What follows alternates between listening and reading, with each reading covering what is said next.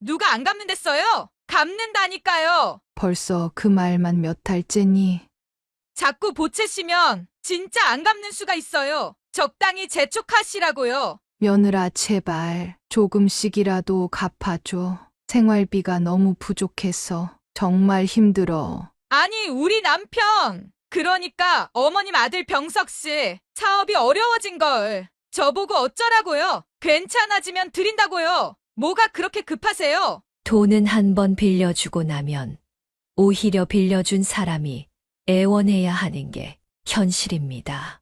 간절한 척 눈물까지 흘리며 결국 5억을 빌려간 며느리로부터 오히려 적반하장 문전박대를 당하게 된 박정혜 씨였습니다. 그런 박정혜 씨가 놀라운 방법으로 기막힌 복수에 성공했다고 합니다. 과연 어떤 방법으로 복수에 성공했는지 한번 들어주실래요? 사연을 시작하기 전 먼저 눌러주시는 구독과 좋아요는 저에게 정말 무엇보다도 큰 힘이 됩니다. 지금 바로 한 번씩 부탁드리며 그럼 지금부터 박정혜 씨의 기막힌 사연 시작하겠습니다. 여러분, 안녕하세요. 제 이름은 박정혜입니다. 작년 이맘때 생겼던 충격적인 사건 하나 때문에 제 인생은 한순간에 뒤틀리고 말았습니다. 새해가 시작되고 얼마 지나지 않았을 무렵이었습니다. 새로운 한 해를 시작하는 기대와 설렘이 제 마음을 가득 채우고 있었어요. 커피 한 잔과 함께 평화롭던 주말 오후를 즐기고 있었는데 덜컥 현관문이 열리며 아들 병석이가 찾아오더군요. 그날따라 아들의 얼굴은 무언가 무겁고 진지한 기색으로 가득 차 있었습니다. 엄마, 시간 좀 있으세요? 그래. 무슨 일이니? 얼굴이 왜 그래? 무슨 문제라도 있어? 아들은 잠시 뜸을 들이더니 천천히 입을 열었습니다. 저희 좀 도와주셔야 할 것 같아요. 아들의 갑작스런 한마디에 제 손이 잠시 멈췄습니다. 도와달라는 말은 언제나 사람을 긴장하게 만드는 법이니까요. 갑자기 도와달라니. 그게 무슨 소리야? 아들은 깊은 한숨을 내쉬며 이야기를 이어갔습니다. 저희가 지금 맞벌이를 하고 있는데 너무 바빠서 아이를 맡길 곳이 없어요. 어린이집도 대기 상태라 당장 해결책이 없고요. 손주를 좀 봐주시면 안 될까요? 순간 저는 무언가 복잡한 감정에 휩싸였습니다. 손주를 돌보는 일이라면 당연히 제가 도와줘야 할 것 같으면서도 자식에게 손을 안 벌리려면 일을 나갈 수밖에 없으니 쉽게 대답이 나오지 않았습니다. 그래도 엄마가 너희한테 손 안 벌리려면 하던 일을 계속해야 하지 않겠니? 제 망설임이 느껴졌는지 아들은 조심스럽게 말을 이어갔습니다. 하시던 일 그만두시고 저희를 좀 도와주시는 게 어떠세요? 대신 지금 받으시는 월급만큼 저희가 맞춰드릴게요. 사실 우리 아이들도 낯선 사람보다는 할머니랑 지내는 게 정서적으로 훨씬 좋지 않을까요? 모르는 분께 맡기는 것보다는 그게 더 마음이 편하잖아요. 아들의 진심 어린 부탁을 외면하기 어려웠지만 망설여지는 게 사실이었어요. 하지만 다른 집 부모들은 아무 대가 없이 손주를 돌봐준다던데 우리 아들은 오히려 월급까지 맞춰준다고 하니 차마 거절할 수 없었습니다. 결국 저는 고개를 끄덕이고 말았습니다. 그래, 엄마가 도와줄게. 제 대답에 아들은 환하게 웃으며 말했습니다. 정말 고마워요. 엄마가 이렇게 도와주시는 것만으로도 저희한텐 정말 큰 힘이 돼요. 아들의 감사 인사를 들으면서도 복잡한 감정이 가슴 속에서 교차했습니다. 이 나이에 다시 육아를 맡는다는 게 쉽지 않을 거라는 걸 알면서도 손주와 함께하는 시간을 떠올리니 작은 설렘도 느껴졌습니다. 그렇게 저는 새로운 일상을 시작하게 됐습니다. 매일 아침이면 아들네 집으로 출근하듯 갔어요. 모든 게 평화롭고 만족스러웠습니다. 손주는 어느새 제 품에 더 익숙해졌고 그 작은 손으로 제 손을 꼭 잡으며 웃는 모습은 하루의 피로를 모두 잊게 했어요. 아들도 퇴근길에 늘 감사의 말을 잊지 않았습니다. 엄마, 오늘도 정말 감사해요. 엄마 덕분에 마음 놓고 일할 수 있어요. 그 말을 들을 때마다 마음속엔 뿌듯함이 차오르곤 했습니다. 며느리도 평일이면 늘 회사로 나갔기에 마주칠 일이 많지 않았고, 제가 준비한 반찬과 깔끔히 정돈된 집안을 보고는 짧게나마 고마움을 표현했습니다. 어머님, 정말 수고 많으셨어요. 반찬도 너무 맛있고, 덕분에 아이도 잘 지내는 것 같아요. 이런 감사의 말들에 제가 특별히 대단한 일을 한 건 아니지만 가족들에게 도움이 되고 있다는 사실이 더욱 힘을 낼 수 있게 만들었습니다. 손주가 잠든 시간을 이용해 부엌에서 아들과 며느리가 좋아할 만한 반찬을 만들고 소파에 앉아 한숨 돌릴 때면 평화로운 하루가 이렇게 흘러가는구나 싶어졌어요. 창밖으로 비치는 햇살을 보며 이 평화가 오래오래 이어졌으면 하는 작은 바람도 생겼습니다. 하지만 인생이란 게 그렇게 호락호락하지만은 않았습니다. 그날도 아들네 집에서 손주를 돌보며 평온한 하루를 보내던 중이었어요. 점심 준비를 하려고 냉장고를 열고 반찬을 꺼내고 있는데 갑자기 현관문이 열리는 소리가 들렸습니다. 아들이나 며느리는 퇴근하고 저녁이 돼야 들어오는 터라 순간 마음이 덜컥 내려앉았어요. 이 시간에 누구지? 조심스럽게 주방에서 나와 현관문을 보니 며느리가 서 있었습니다. 회사에 있어야 할 시간에 갑자기 돌아온 며느리를 보자 놀란 마음을 감출 수 없었죠.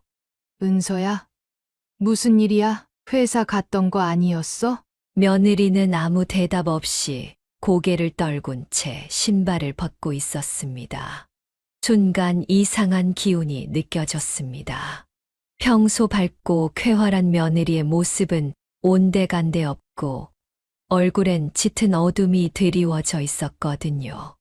걱정스러운 마음에 말을 이었습니다.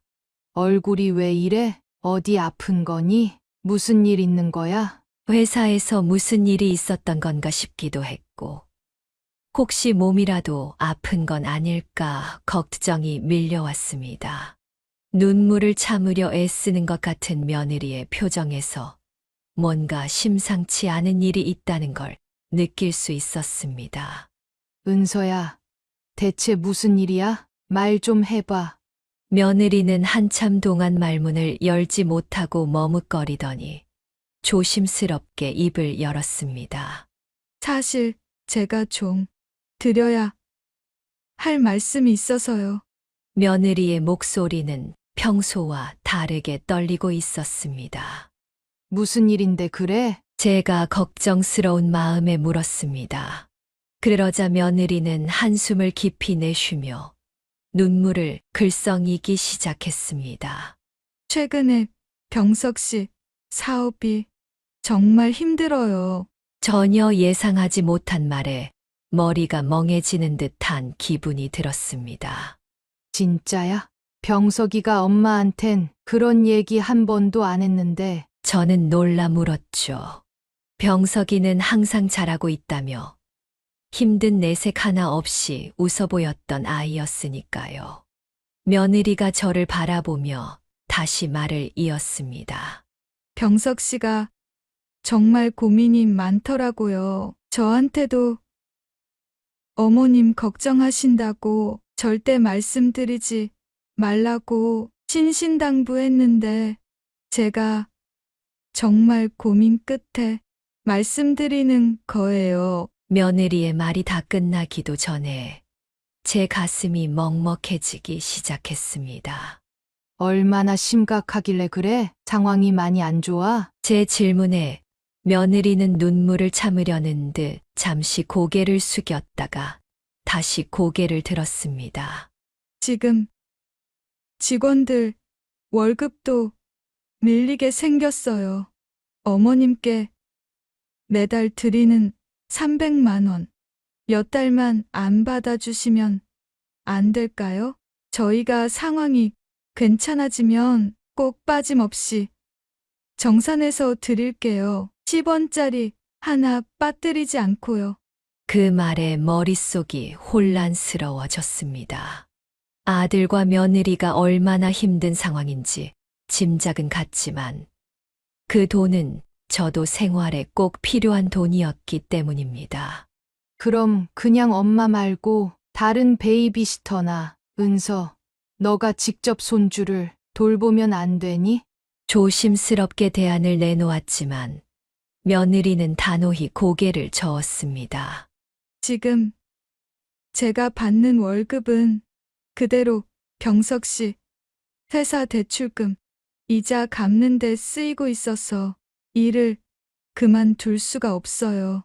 그리고 다른 베이비시터분을 쓰면 어차피 그분들께 월급을 드려야 되잖아요. 그냥 몇 달만이라도 도움을 주시면 안 될까요? 며느리의 간절한 표정을 보니 마음이 약해질 수밖에 없었습니다.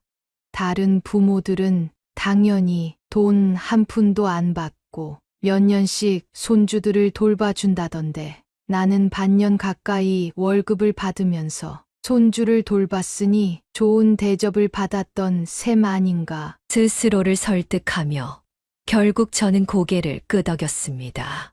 그래, 알겠어. 그렇게 할게. 제 대답에 며느리는 안도의 한숨을 내쉬며 밝게 웃었습니다. 그러나 그 순간에도 저는 한 가지 더 짚고 넘어가지 않을 수 없었습니다.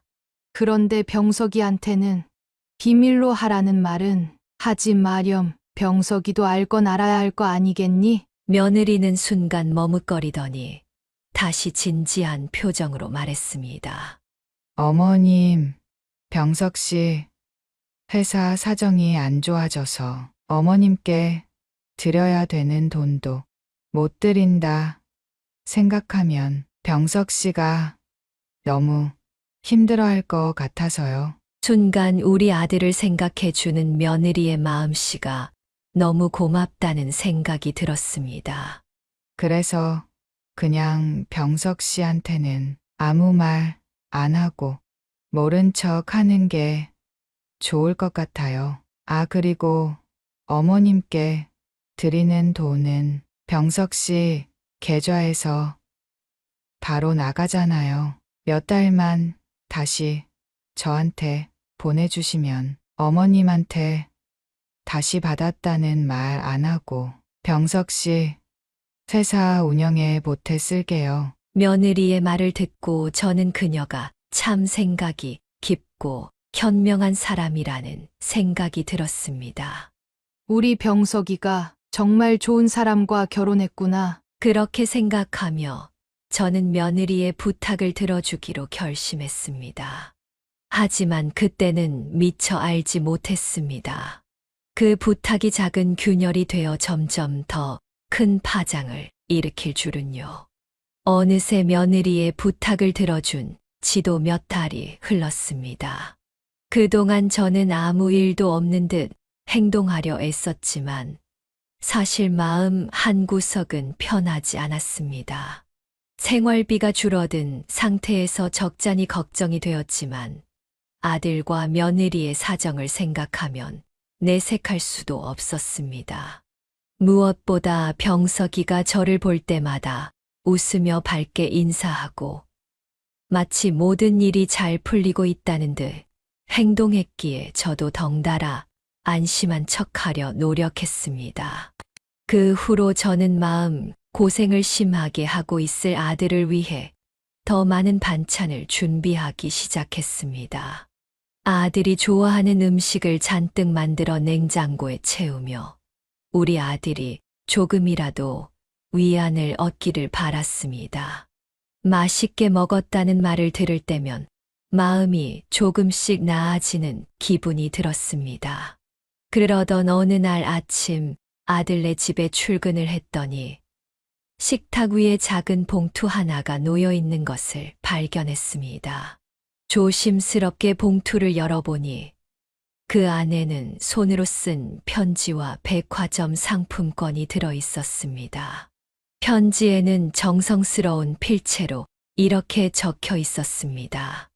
어머님께서 배려해 주신 덕분에 병석 씨 회사 직원분 월급이 다행히 밀리지 않았습니다. 이제 상황이 많이 괜찮아졌어요. 진심으로 감사드립니다. 조금 전에 어머님 계좌로 밀렸던 월급을 다 넣어드렸습니다. 그리고 감사의 표시로 백화점 상품권도 조금 준비했어요. 정말 감사합니다. 말로는 감사하다는 마음을 다 표현 못할 것 같아 이렇게 편지로 남깁니다. 아, 그리고 병석 씨한테는 그동안 있었던 계속 비밀로 해주세요. 병석 씨가 알면 아마 많이 가슴 아파할 거예요. 아무 일 없었던 것처럼 병석 씨 대해주시면 감사하겠습니다. 편지를 읽으며 저도 모르게 눈가가 뜨거워졌습니다.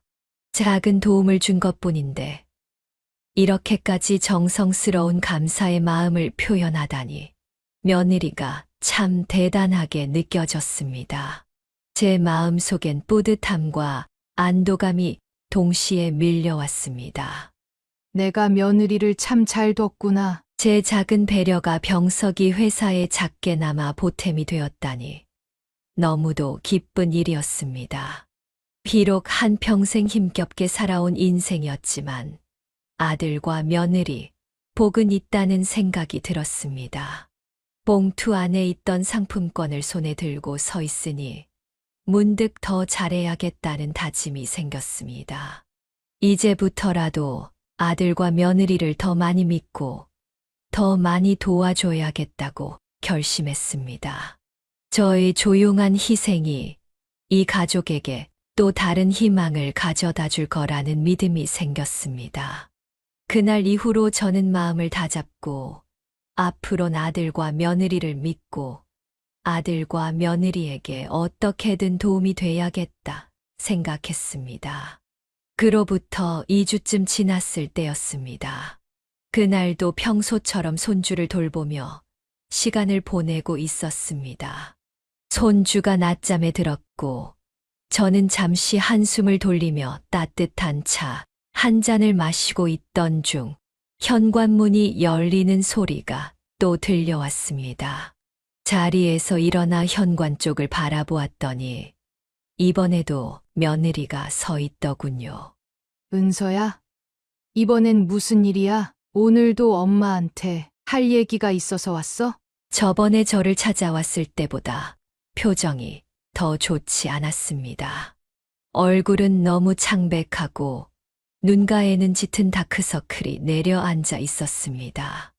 입술은 바짝 말라붙은 채 손을 떨고 있었어요. 어디 아픈 거 아니니? 무슨 일이야? 병석이한테 무슨 일이라도 생긴 거야? 저는 마음이 급해졌습니다. 며느리는 대답 대신 고개를 숙인 채 제 손을 잡고 거실 소파로 안내하더군요. 그러곤 한참을 침묵하던 며느리가 마침내 입을 열었습니다. 사실은 어머님께 부탁드릴 말씀이 있어서 찾아왔어요. 며느리의 목소리는 떨리고 있었습니다. 그 떨림에 저도 괜히 가슴이 덜컥 내려앉는 기분이 들었습니다. 말해보렴. 이번엔 무슨 일이길래 그래? 제 물음에 며느리는 눈물을 글썽이며 이야기를 시작했습니다.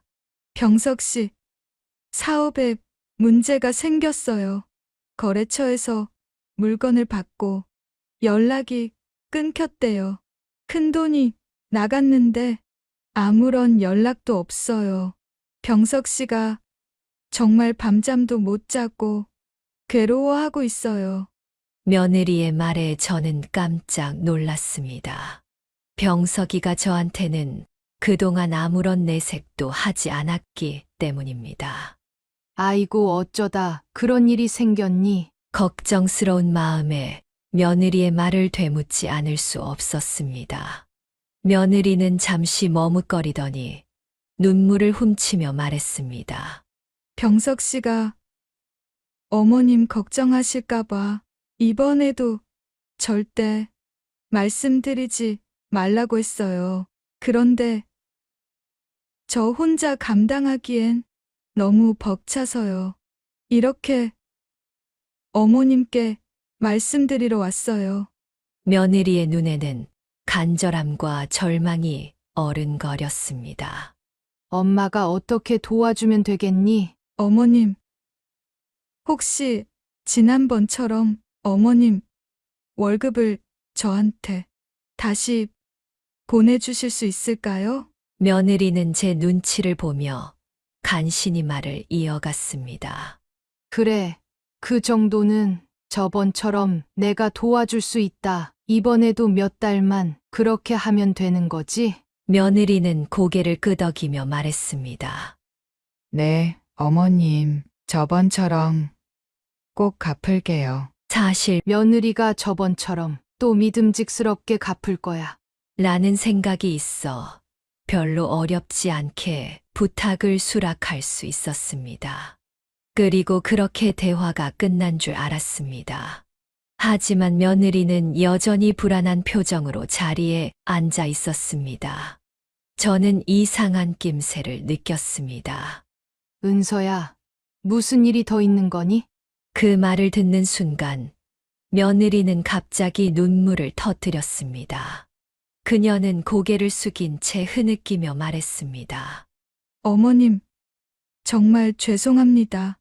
마지막으로 한 번만 더 부탁드릴게요. 은서야, 왜 그래? 며느리는 갑자기 무릎을 꿇으며 흐느끼는 목소리로 말을 이었습니다. 1억만 빌려주세요. 그 돈이면 급한 불을 끌 수 있어요. 제발 도와주세요. 정말 3개월 안에 꼭 갚겠습니다. 뭐라고? 1억! 1억이라 했어? 그건 엄마한테 너무 큰 돈이야. 저는 깜짝 놀라 며느리를 바라보았습니다. 그 큰 돈을 어떻게 빌려달라는 건지 이해할 수 없었어요. 며느리는 고개를 숙인 채 다시 말했습니다. 어머님, 저 못 믿으세요? 얼마 전에도 상황 괜찮아지니까 약속했던 대로 어머님께 빌렸던 돈도 다 드렸잖아요. 거기다가 백화점 상품권까지 챙겨드렸고요. 이번에도 꼭 약속 지킬게요. 병석 씨를 위해서, 저희 가족을 위해서 제발 도와주세요. 그 말을 듣는 순간 저도 모르게 며느리 말에 넘어가고 말았습니다. 사실 며느리 말대로 며느리가 전에 빌려갔던 돈은 모두 갚았고 백화점 상품권까지 얹어 주었기에 며느리에 대한 믿음이 생겼었거든요. 며느리는 신뢰할 수 있는 사람이라는 확신이 들었던 거죠. 그래서 그런지 저번보다 훨씬 큰 금액이었지만 오히려 쉽게 결정을 내릴 수 있었습니다. 며느리와 병석이를 믿는 내 선택이 분명 옳을 것이다. 라고 스스로를 다독이며 력을 송금했습니다. 그렇게 다시 며느리의 부탁을 들어준 후에도 저는 별다른 의심을 하지 못했습니다. 분명 아들 병석이의 회사 상황이 나아지면 저번처럼 반드시 돈을 갚을 거라 생각했거든요. 무엇보다 며느리는 전에 약속을 지켰고 오히려 백화점 상품권까지 챙겨주는 세심한 사람이었기에 저는 며느리의 말을 전혀 의심하지 않았어요. 그러나 약속했던 3개월이 지나도 며느리는 돈을 갚지 않았습니다. 시간이 흐를수록 제 마음 한구석에선 불안이 커졌지만 며느리가 일부러 갚지 않는 건 아닐 거라고 스스로를 다독였죠. 그래도 당장 부족한 생활비 문제는 해결해야 했기에 며느리에게 조심스럽게 말을 꺼냈습니다.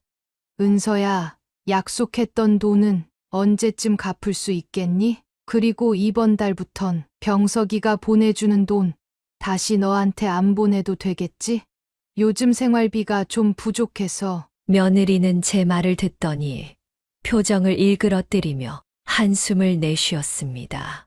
어머님, 저 제가 일부러 안 드리는 게 아니에요. 지금 병석 씨 회사 상황이 아직 안정되지 않아서 그래요. 조금만 기다려주세요. 상황이 나아지면 어머님께 빌린 돈부터 꼭 갚을게요. 저는 그 말만 믿고 다시 기다리기로 했습니다.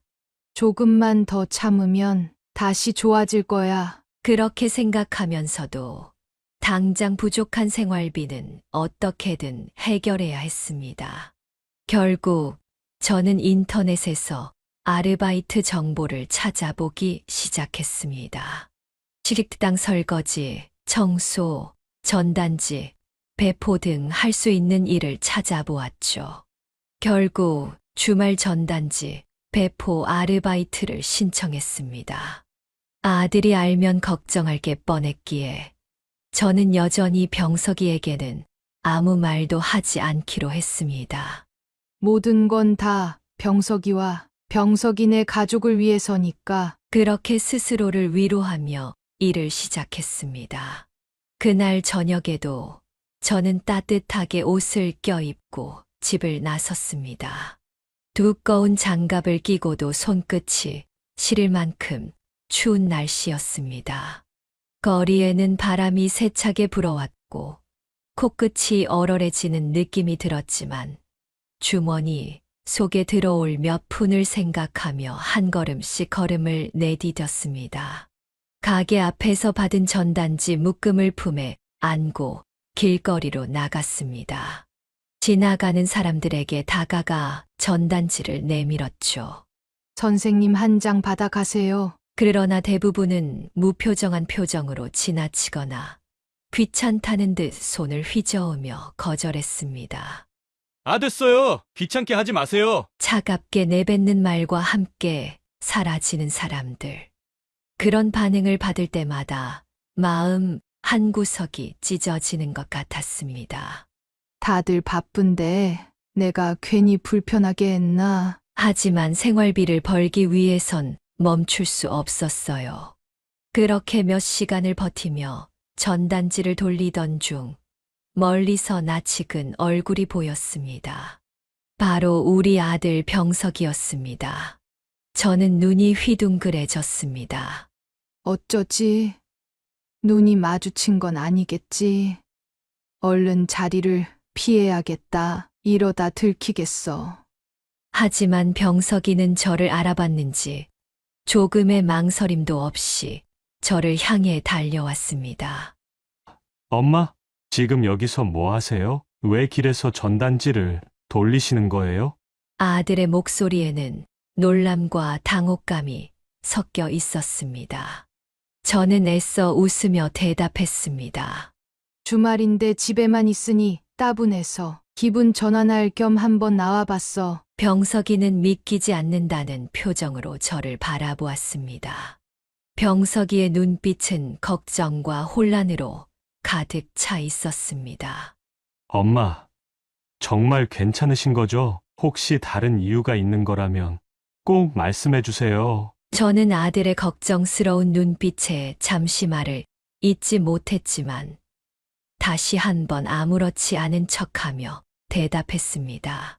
정말 아무 일도 없어, 병석아. 엄마는 괜찮으니까 걱정 안 해도 돼. 병석이는 여전히 못 믿겠다는 표정을 지으며 한동안 저를 바라보다가 감기 안 걸리게 조심하라는 말을 남기고 다시 가던 길을 갔습니다. 그로부터 며칠 뒤 병석이가 저희 집을 찾아와 다급히 문을 두드리더군요. 엄마, 삼촌한테 생활비 빌려달라고 하셨다면서요? 왜 저한테 얘기 안 하고 삼촌한테 얘기했어요? 무슨 일이 생겨서 생활비가 부족하신 거예요? 그 말을 듣는 순간 심장이 덜컥 내려앉는 기분이 들었지만 최대한 침착함을 유지하려 애썼습니다. 병석아, 별일 아니야. 그냥 잠깐 생활비가 필요해서 너희 삼촌한테 잠시 부탁한 거야. 정말 별일 아니니까 신경 쓰지 마. 하지만 병석이는 물러서지 않았습니다. 엄마, 그게 별일이 아니라고요? 왜 저한테 먼저 얘기 안 하셨어요? 제가가 걱정할까봐 그러신 거예요? 엄마가 얼마나 힘들게 저를 키워주셨는데 제가 어떻게 모른 척하겠어요? 어디가 아프신 거예요? 무슨 이유 때문인지 제발 얘기 좀 해주세요. 병석이의 진심 어린 말에 순간 눈물이 차오를 뻔했습니다. 하지만 저는 고개를 저었습니다. 엄마는 괜찮아. 우리 병석이 사정 다 알고 있는데 어떻게 돈을 달라고 하겠니? 병석이가 잠시 침묵하더니 조심스럽게 물었습니다. 무슨 사정이요? 저는 가슴이 철렁 내려앉았습니다. 병석이의 말투에서 묘한 의문이 스치고 있었습니다. 요즘 사업이 많이 힘들지 않니? 계속 열심히 하면 다 잘 풀릴 거야. 병석이는 한참을 침묵하더니 의문에 가득 찬 목소리로 말했습니다.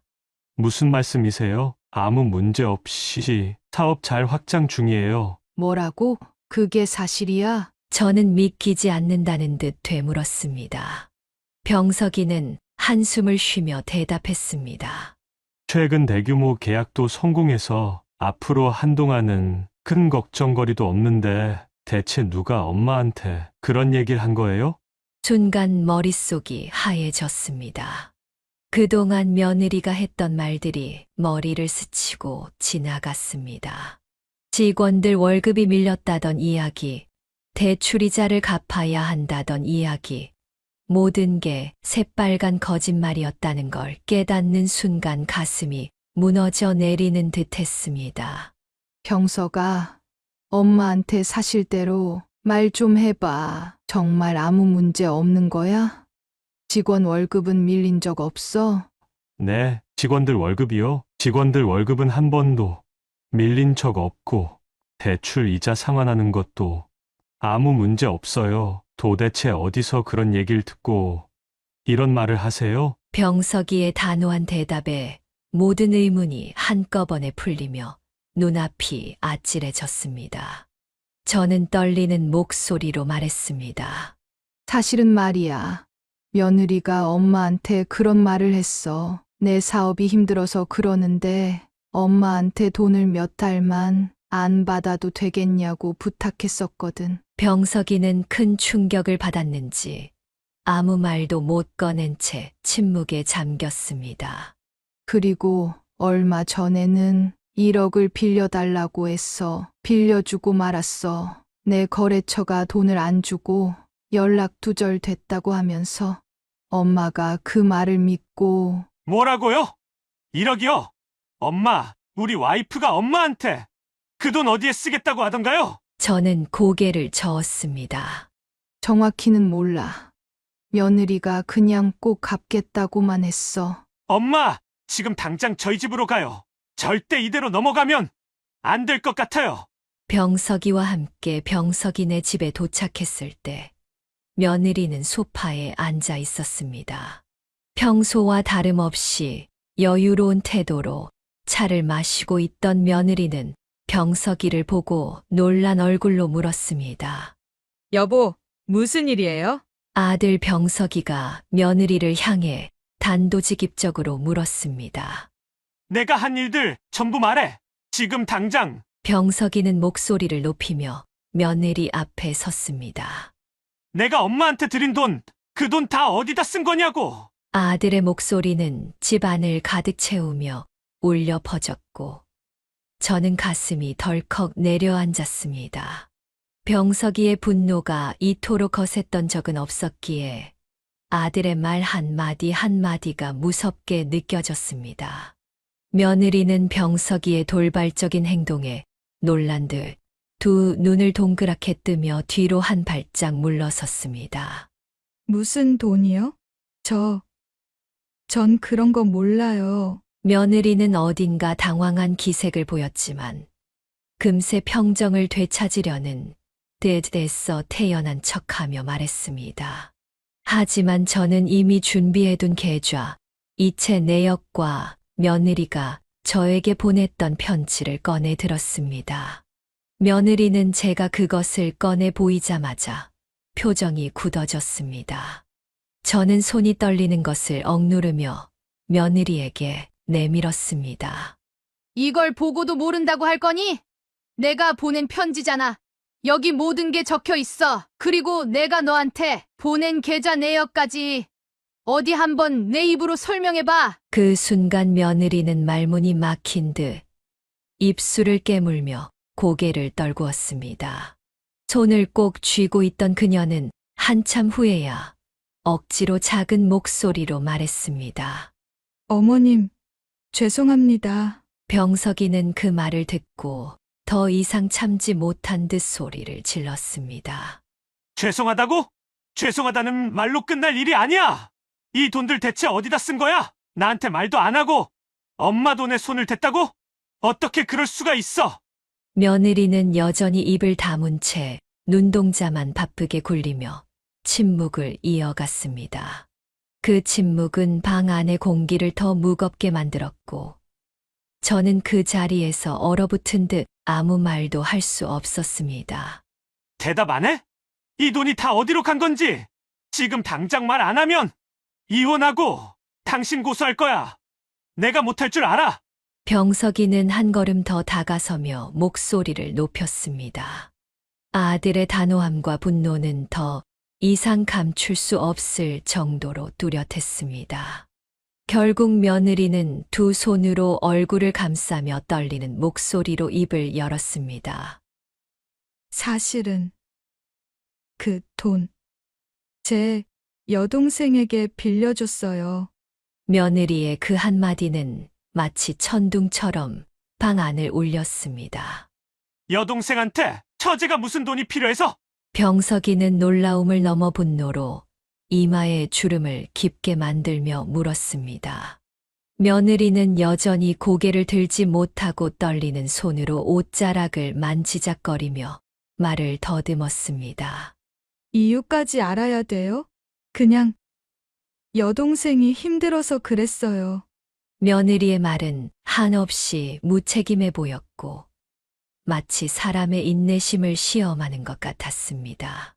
병석이는 며느리의 말에 참지 못하고 화를 터뜨렸습니다. 힘들어서? 내가 우리 엄마한테 사기친 이유가 그거야? 내 여동생이 힘든데 왜 우리 엄마가 그걸 책임져야 돼? 이게 말이 된다고 생각해? 며느리는 고개를 더 깊이 숙인 채 아무 말도 하지 못했습니다. 그러자 병석이는 크게 숨을 내쉬며 단호하게 선언했습니다. 지금 바로 처갓집 가서 장모님, 장인어른께 내가 한지 다 말하고 말 거야. 병석이는 발걸음을 돌리려는 듯 움직이기 시작했습니다. 그 순간 며느리는 급히 병석이의 팔을 붙잡으며 울먹였습니다.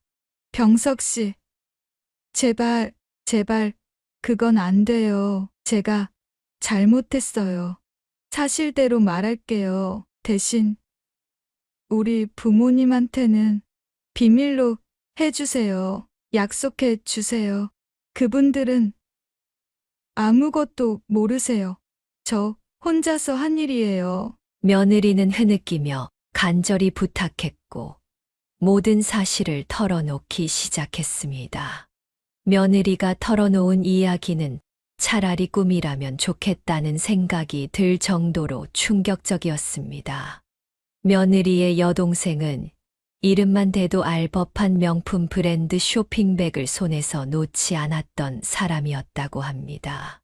값비싼 구두와 가방, 해외에서 공수한 액세서리를 자랑하던 여동생은 겉보기엔 누구나 부러워할 만한 삶을 살고 있는 것처럼 보였다고 했습니다.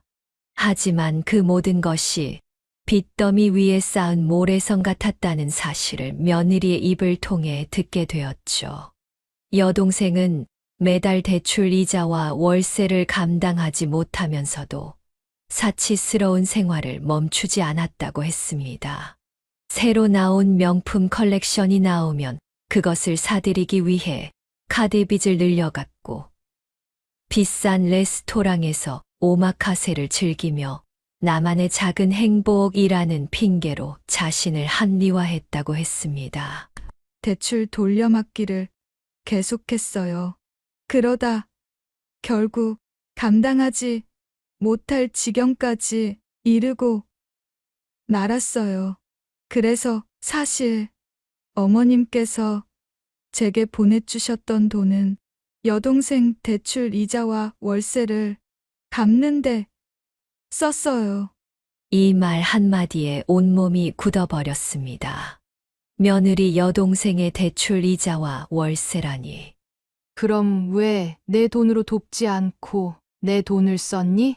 제가 겨우 입을 떼며 물었을 때 며느리는 전혀 미안한 기색 없이 대답했습니다. 제 여동생의 소비 습관을 봐선 절대 돌려받을 수 없을 거라고 생각했거든요. 그 말을 듣는 순간 머릿속에서 무언가 폭발하는 소리가 들리는 듯 했습니다. 이게 말이나 되는 소리인가요? 제 돈이라면 돌려받지 않아도 괜찮고 본인 돈이라면 안 된다는 논리가 어딨단 말입니까? 그런데 이게 끝이 아니었습니다. 며느리는 이야기를 계속 이어갔습니다. 최근에 여동생이 남자를 만났어요. 그 남자를 정말 좋아하더라고요. 그러다 결혼 얘기도 나오게 됐고요. 저는 멍하니 며느리의 이야기를 들으며 앞으로 들려올 사실을 직감적으로 두려워하고 있었습니다. 그 남자가 여동생한테 슬쩍 물어봤대요. 지금까지 얼마 정도 모아놨냐고요. 그랬더니 여동생이 솔직히 말할 수 없잖아요. 마이너스 통장에 빚만 산더미인데 그걸 말하면 결혼이 깨질 대 뻔하니 둘러대기 시작했는데 남자가 의심하기 시작했대요.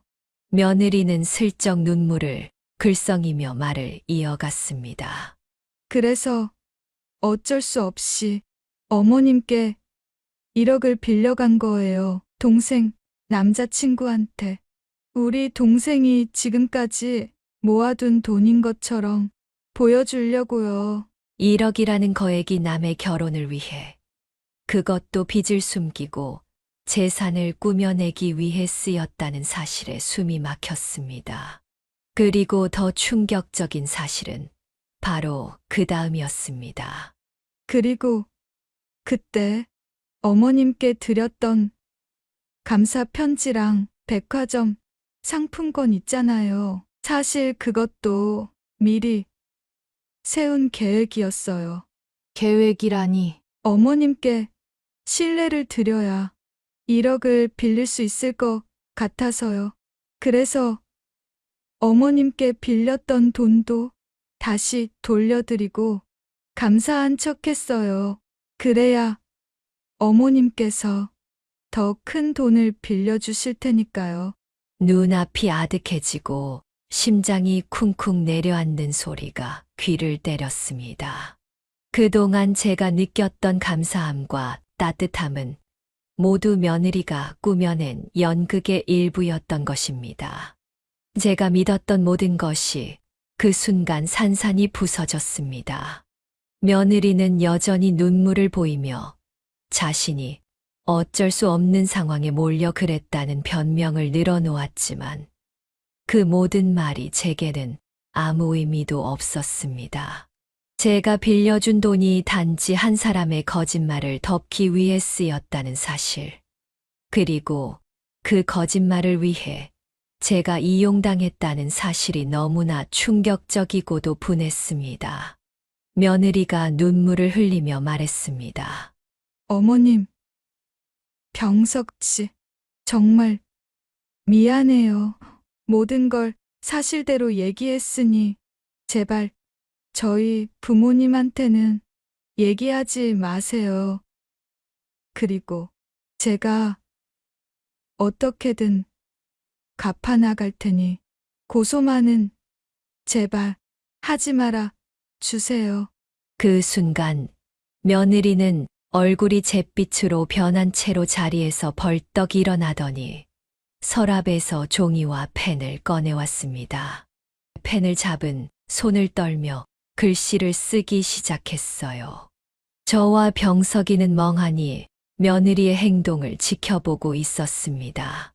제가 각서를 쓸게요. 며느리가 적어 내려간 각서에는 이렇게 쓰여 있었습니다. 저 최은서는 3개월 안에 어머님께 빌린 돈 1억 원과 6개월치 월급 1,800만 원 전액을 갚겠습니다. 만약 기한 내에 갚지 못할 경우 법적 처벌을 받는 것에 동의하며 저희 부모님께 모든 사실을 알리는 것에 동의합니다. 며느리가 처절하게 애원을 하기 시작했습니다. 어머님, 제발 마지막으로 한 번만 기회를 주세요. 3달이면 됩니다. 이 각서 정말 진심이에요. 만약 제가 각서 내용을 못 지키면 그때는 저를 고소를 하셔도 좋고 제 부모님께 모든 사실을 말씀하셔도 괜찮습니다. 하지만 이번 한 번만 기회를 주세요. 며느리의 간절한 눈빛과 떨리는 손을 보고 있자니 한숨이 저절로 나왔습니다. 이미 너무 많은 것을 잃은 듯한 기분이 들었지만 한편으론 정말로 마지막 기회를 달라는 것 같아 보여 저는 다시 한 번 정말 마지막으로 믿어보기로 했습니다. 그래, 정말 이번이 마지막이다. 하지만 약속을 지키지 못하면 내가 말한 대로 모든 책임을 져야 할 거다. 며느리는 고개를 깊이 숙이며 연신 감사합니다라고 말했습니다. 병석이도 어이없다는 표정을 지으면서도 그 상황을 묵묵히 받아들이는 것처럼 보였어요. 그러나 약속했던 3개월이 지났지만 돈은 당연히 들어오지 않았습니다. 며느리는 더 이상 변명조차 하지 않았고 연락도 뜸해졌습니다. 처음에는 정말로 시간이 더 필요한가 싶어 기다렸지만 어느 순간 모든 게 헛된 희망이었다는 사실을 깨달았죠. 엄마, 이제 포기하셔야 할 것 같아요. 병석이는 결국 저를 찾아와 말했습니다. 아들의 눈엔 미안함과 분노가 섞여 있었어요. 저도 이제 모든 기대를 내려놓고 이혼을 준비하고 있어요. 그 말에 제 가슴이 철렁 내려앉았습니다. 병석이는 한숨을 깊이 내쉬며 덧붙였죠. 엄마가 빌려준 돈은 제가 갚을게요. 제 책임이니까요. 아들의 말을 듣는 순간 제 마음이 무너지는 듯 했습니다. 병석이가 잘못한 것도 없는데 아들의 삶까지 무너지는 것 같아 너무나 안타까웠습니다. 아니야, 병석아. 너는 날 속인 적이 없잖니. 이건 내가 감당해야 할 일이야. 저는 아들의 손을 잡으며 말했습니다. 엄마는 괜찮아. 내가 잘 살아가는 게 가장 중요해. 돈은 엄마가 알아서 할 테니. 너는 너의 삶에만 집중하렴. 병석이는 눈물을 참으려 애쓰며 고개를 끄덕였지만 저는 아들의 슬픔을 고스란히 느낄 수 있었습니다. 며느리가 마지막 기회를 무참히 저버린 만큼 저도 필요한 행동을 해야만 했습니다. 저는 심부름 센터를 통해 우선 며느리의 여동생에 대해 뒷조사를 시작하기로 결심했습니다. 깨끗하지 않은 방법이라는 건 잘 알았지만 선택의 여지가 없었습니다. 그 여자가 도대체 어떤 여자인지 실체부터 알아야 할 것 같았거든요. 아직까지는 별다른 특이사항이 없습니다. 조금만 더 기다려 주시겠어요? 심부름센터 직원의 차분한 목소리가 전화기 너머로 들려왔을 때 제 초조함은 한층 더 짙어졌습니다. 별다른 소득이 없다는 말을 들을 때마다 가슴 한쪽이 답답하게 조여왔습니다. 대체 얼마나 더 기다려야 한단 말이지. 기다리는 시간은 너무 길게 느껴졌지만 저는 늘 창밖을 바라보며 제 자신에게 다짐하곤 했습니다. 이대로 끝낼 수는 없어. 내가 이렇게까지 당하고만 있을 순 없지. 그러던 어느 일요일 점심 무렵이었습니다. 심부름센터 직원으로부터 급하게 연락이 왔습니다. 고객님, 지금 며느리 여동생분이 한껏 꾸미고 집에서 나오고 있습니다. 아마 중요한 약속 자리가 있는 것 같아요. 아마 남자친구네 부모님을 만나러 가는 자리 아닐까요? 그 말을 듣는 순간 심장이 빠르게 뛰기 시작했습니다. 드디어 올 것이 왔구나. 머릿속이 복잡해졌지만 더 이상 망설일 이유가 없었습니다. 이 기회를 놓칠 수는 없었습니다. 저는 서둘러 준비를 마치고 며느리가 있는 곳으로 향했습니다. 심장이 쿵쾅거렸습니다. 한편으로는 두려웠고 한편으론 기대감이 들었습니다. 식당 내부는 고요했지만 제 가슴 속은 폭풍이 휘몰아치는 것처럼 요동쳤습니다. 그들이 예약한 방 문에 귀를 대니 며느리 여동생인 것 같은 여자의 목소리가 들려왔습니다. 어머님, 아버님, 제가 평소에 어머님, 아버님께 선물도 많이 드렸지만 성실하게 돈도 잘 모으고 있어요. 순간 손이 떨리기 시작했습니다. 어떻게 이렇게까지 거짓말을 할 수 있지? 내 돈으로 저렇게 거짓된 삶을 꾸며내다니. 분노와 서러움이 한꺼번에 몰려왔습니다. 저는 문 앞에 서서 스스로를 진정시켰습니다. 분노에 휘둘리기보다는 차분하게 모든 걸 끝내기로 결심했죠. 이제 내가 해야 할 일은 단 하나야. 진실을 드러내는 것. 방 안에서 흘러나오는 웃음소리는 마치 제게 조롱처럼 들렸습니다. 하지만 그 여자의 거짓된 행복은 오래가지 않을 거라는 걸 알았습니다. 이제 실체를 드러낼 시간이야. 저 자신에게 그렇게 속삭이며 천천히 문을 열었습니다. 그 순간 모든 시선이 제게 쏠렸습니다. 그들의 웃음소리가 멈췄고 방 안엔 순식간에 정적이 감돌았습니다.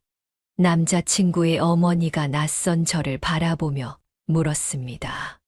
누구신지요? 무슨 일이신가요? 목소리에는 당혹감과 의심이 가득 담겨 있었습니다. 저는 침착함을 유지하려 애쓰며 입을 열었습니다. 제가 꼭 들려드려야 할 말씀이 있습니다. 잠시만 시간을 내주시겠습니까? 그들은 서로 눈빛을 교환하며 혼란스러운 표정을 지었습니다. 며느리 여동생도 제 얼굴을 못 알아보는 듯 아무 말 없이 지켜보기만 했습니다. 그 순간 심장이 쿵쾅대며 손이 떨리기 시작했지만 이미 여기까지 온 이상 물러설 수는 없었습니다. 휴대폰에서 녹음 파일을 재생시키며 테이블 위에 올려두었습니다. 곧 방 안의 정적을 깨는 며느리의 목소리가 울려 퍼졌습니다. 우리 동생 은경이가 사실 빚이 산더미인데 얼마 전에 남자친구가 얼마 모아놨는지 물어봤대요. 근데 명품 쇼핑하느라 빚이 산더미라고 사실대로 말할 순 없으니 제가 어머니를 속여서 받아낸 1억을 동생에게 줬어요. 성실하게 살아온 것처럼 보이고 싶다고 해서요. 그 말을 듣는 순간 식당 안에 있던 모든 사람의 표정이 굳어졌습니다. 남자친구의 어머니는 입술을 꽉 깨물며 충격을 감추지 못했고, 남자친구는 당황한 듯 자리를 박차고 일어났습니다. 이게 정말 사실입니까? 며느리 여동생은 얼굴이 하얗게 질리며 급히 일어나 울먹이는 목소리로 변명하기 시작했습니다. 오빠, 그게 아니라, 오빠, 진짜 오해야. 저 아줌마가 지금 정신이 좀 이상한 것 같아. 제가 여기까지 와서 거짓말을 할 이유는 없겠죠? 남자친구의 아버님이 제게 조용히 부탁을 하기 시작했습니다. 그동안 무슨 일이 있었는지 모두 얘기해 줄 수 있겠습니까? 그 순간 제 심장은 쿵쾅거리며 요동쳤지만 저는 최대한 차분한 목소리로 그동안 있었던 일을 빠짐없이 들려드렸습니다.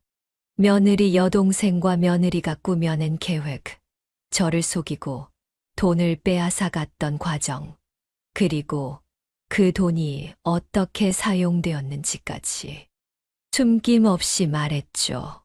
식당 안의 분위기는 숨 막힐 듯 고요했지만 남자친구의 부모님의 얼굴에는 분노와 실망이 고스란히 드러나 있었습니다. 결국 남자친구 어머님이 자리에서 천천히 일어나며 말했습니다. 오늘은 이만 집으로 들어가자. 이 결혼은 다시 생각해봐야겠다. 아버지도 고개를 끄덕이며 뒤따랐고 남자친구는 아무 말 없이 부모님을 따라 자리에서 일어났습니다. 며느리 여동생은 필사적으로 그들을 붙잡으려 했지만 아무도 그녀의 말을 들어주지 않았습니다. 그렇게 식당에 남은 건 저와 며느리 여동생 둘뿐이었습니다. 그러자 감정을 터뜨리며 소리를 지르기 시작했습니다. 이런 미친 아줌마가 누구 혼삿길 막으려고 작정했어? 내가 돈 빌린 게 뭐가 그렇게 대수야? 갚으면 될 거 아니야. 도대체 뭐가 문제야? 저는 아무런 대꾸도 하지 않았습니다. 더 이상 이 여자와 어떤 대화도 섞고 싶지 않았습니다. 그날 집으로 돌아오는 버스 안에서 저는 깊은 생각에 잠겼습니다. 마음 한구석에선 묘한 안도감이 느껴졌지만 정말 잘한 행동이었는지 다시 한번 생각해 봤습니다. 피해자는 나와 우리 아들이면 충분하지. 내가 이런 행동을 한 건 단순히 복수심 때문은 아니었어. 며느리 여동생 같은 사람과 결혼할 뻔한 남자와 그 부모님이 너무 안타까웠으니까 나와 병석이가 겪은 고통을 그들은 겪지 않았으면 했지. 이건 내가 할 수 있는 최선의 선택이었어. 여러분께 묻고 싶습니다. 여러분들은 어떻게 생각하세요? 혹시 저의 행동이 지나쳤고 다른 사람의 인생에 끼어든 거라고 생각하시나요? 아니면 저와 우리 아들 같은 또 다른 피해자가 생기지 않길 바랐던 제 마음을 이해해 주시나요? 여러분들의 정말 솔직한 생각을 댓글로 남겨주세요. 만약 많은 분들이 제 행동이 지나쳤다고 말씀하신다면 저는 며느리와 며느리 여동생 그리고 사돈들을 찾아가 정중하게 사과하겠습니다. 하지만 저는 믿고 싶습니다. 제 행동이 잘못된 것이 아니라 또 다른 상처와 피해를 막으려는 진심 어린 결정이었다고요. 여러분들의 생각은 어떠신가요? 지금까지 박정혜 씨의 가슴 아픈 이야기, 그리고 통쾌한 복수를 끝까지 함께 해주셔서 감사합니다. 구독과 좋아요 아직 안 누르신 분들이 있으시다면 꼭 좀 부탁드리며 올 한 해도 더 재밌는 이야기로 여러분들을 찾아뵐 수 있도록 노력하겠습니다. 항상 건강하시고 행복 가득한 날들 보내세요. 감사합니다. 저기 혹시 이름이 어떻게 되세요? 네. 제 이름이요? 갑자기 제 이름은 왜요? 저희 남편 젊었을 때랑 너무 닮아서요. 남편분하고 제가 닮았다고요? 제 이름은 이수민이에요. 아, 제가 착각했나 보네요. 미안합니다. 아, 그런데 제가 어릴 적 쓰던 이름이 따로 있어요. 새해 첫날 해맞이 하러 간 강릉 정동진에서 30년 전 잃어버린 아들과 극적으로 재회한 최성옥 씨의 가슴 벅찬 사연입니다. 사연을 시작하기 전 먼저 눌러주시는 구독과 좋아요는 저에게 세상 무엇보다 큰 힘이 됩니다. 한 번씩 꼭 부탁드리며 그럼 지금부터 최성옥 씨의 사연 시작하겠습니다. 안녕하세요. 제 이름은 최성옥입니다. 큰 슬픔에 빠져 있던 저에게 찾아온 기적과도 같은 일을 들려드리려고 합니다. 저는 남편과 함께 30년째 중국집을 운영하고 있었습니다. 가게는 낡고 허름하지만 우리 부부의 삶과 땀 그리고 추억이 오롯이 녹아 있었어요. 매일 아침 가게 문을 열고 나면 바쁜 하루가 시작됐지요. 저희 가게의 시그니처 메뉴는 바로 짬뽕이었습니다. 남편이 불 앞에 서서 만들어내는 짬뽕은 동네의 명물이었습니다. 얼큰하면서도 깊고 진한 국물 맛은 단골 손님들의 마음을 단번에 사로잡았습니다. 여기 짬뽕만 먹으면 다른 집 짬뽕은 밍밍해서 못 먹겠어요. 단골 손님들이 이렇게 말할 때마다 저는 뿌듯한 마음으로 고개를 끄덕였습니다. 감사합니다. 늘 한결같은 맛으로 보답하겠습니다. 그렇게 대답하며 주방을 힐끗 보면 남편은 바쁜 와중에도 손을 들어 제게 작은 미소를 보내곤 했습니다. 저에게 우리 가게는 손님들이 단순히 배를 채우는 공간이 아니라 작은 행복이 오가는 장소처럼 느껴졌어요. 정신없이 바쁜 하루가 지나가고 마지막 손님이 나가시면 남편은 문을 닫으며 늘 그날의 매출을 계산하며 물었습니다. 여보, 오늘도 손님들 반응 괜찮았죠? 저는 커피를 타서 남편의 손에 쥐어주며 대답했습니다. 그럼요. 오늘도 손님들이 정말 맛있다고 해주셨어요. 남편은 피곤한 얼굴로 미소를 지으며 고개를 끄덕였습니다. 우리 부부의 하루는 늘 바쁘고 피곤했지만 함께였기에 그 어떤 어려움도 이겨낼 수 있었습니다. 이런 평범한 일상은 마치 바닷가의 조용한 파도처럼 고요하고 안정적이었습니다. 그러나 지금 돌이켜보면 그 평범함이 얼마나 소중했는지 절실히 깨닫게 됩니다. 그 당시에는 미처 몰랐어요. 그때가 제게 얼마나 소중한 시간들이었지 말이에요. 골목길에 흩날리는 눈송이가 천천히 쌓이고 있던 재작년 크리스마스 날이었습니다. 가게 안에는 조용히 캐럴 소리가 퍼지고 있었고 벽에는 작은 크리스마스 트리를 걸어놨었죠. 형형색색의 전구가 반짝이며 밝고 따뜻한 분위기를 더하고 있었습니다. 점심 장사가 한창일 무렵 전화벨이 울렸습니다. 저는 손에 묻은 물기를 재빨리 닦고 수화기를 들었어요. 네, 중국집입니다. 말씀하세요. 수화기 너머로 들려오는 목소리는 작게 떨리고 있었습니다. 할머니, 짬뽕 하나만 배달해 주실 수 있을까요? 아쉽지만 저희 부부가 나이가 든 이후로는 홀 손님만 받을 뿐 배달을 하고 있지 않았습니다. 미안하지만 우리 가게는 배달을 안 해요. 직접 가게에 와서 먹어보세요. 정중히 대답하긴 했지만 저도 모르게 말투에 미안함이 묻어났습니다. 꼬마 아이의 목소리가 다시 들려왔습니다. 한참 망설이고 어렵게 말을 꺼내는 듯한 목소리였습니다. 제가 지금 열이 많이 나서요. 동생 데리고 같이 먹으러 가려고 했는데 오늘은 도저히 집에서 나갈 수가 없어요. 오늘은 꼭 계산을 할게요. 저는 가슴이 쿵 내려앉는 기분이었습니다. 전화기 속 떨리는 목소리의 주인공이 누군지 깨달았기 때문입니다. 그 순간 문득 전화를 건 꼬마 아이가 동생을 데리고 저희 가게를 처음 찾아왔던 날이 떠올랐습니다. 손에는 결식 아동 급식 카드를 꼭 쥐고 있었고 추운 바람에 얼어붙은 듯 볼과 손은 빨갛게 달아올라 있었습니다. 몸에 걸치고 있는 얇고 낡은 외투는 아이들의 가난을 고스란히 드러내는 것만 같았어요. 형이 먼저 말을 꺼냈습니다. 할머니 짬뽕 하나만 주세요. 그 짧은 한마디 뒤에는 동생과 눈을 마주치며 미소를 나누는 모습이 이어졌습니다.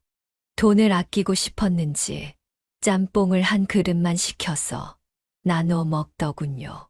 그리고 짬뽕에 들어있는 건더기마저도 형은 동생에게 양보를 했습니다.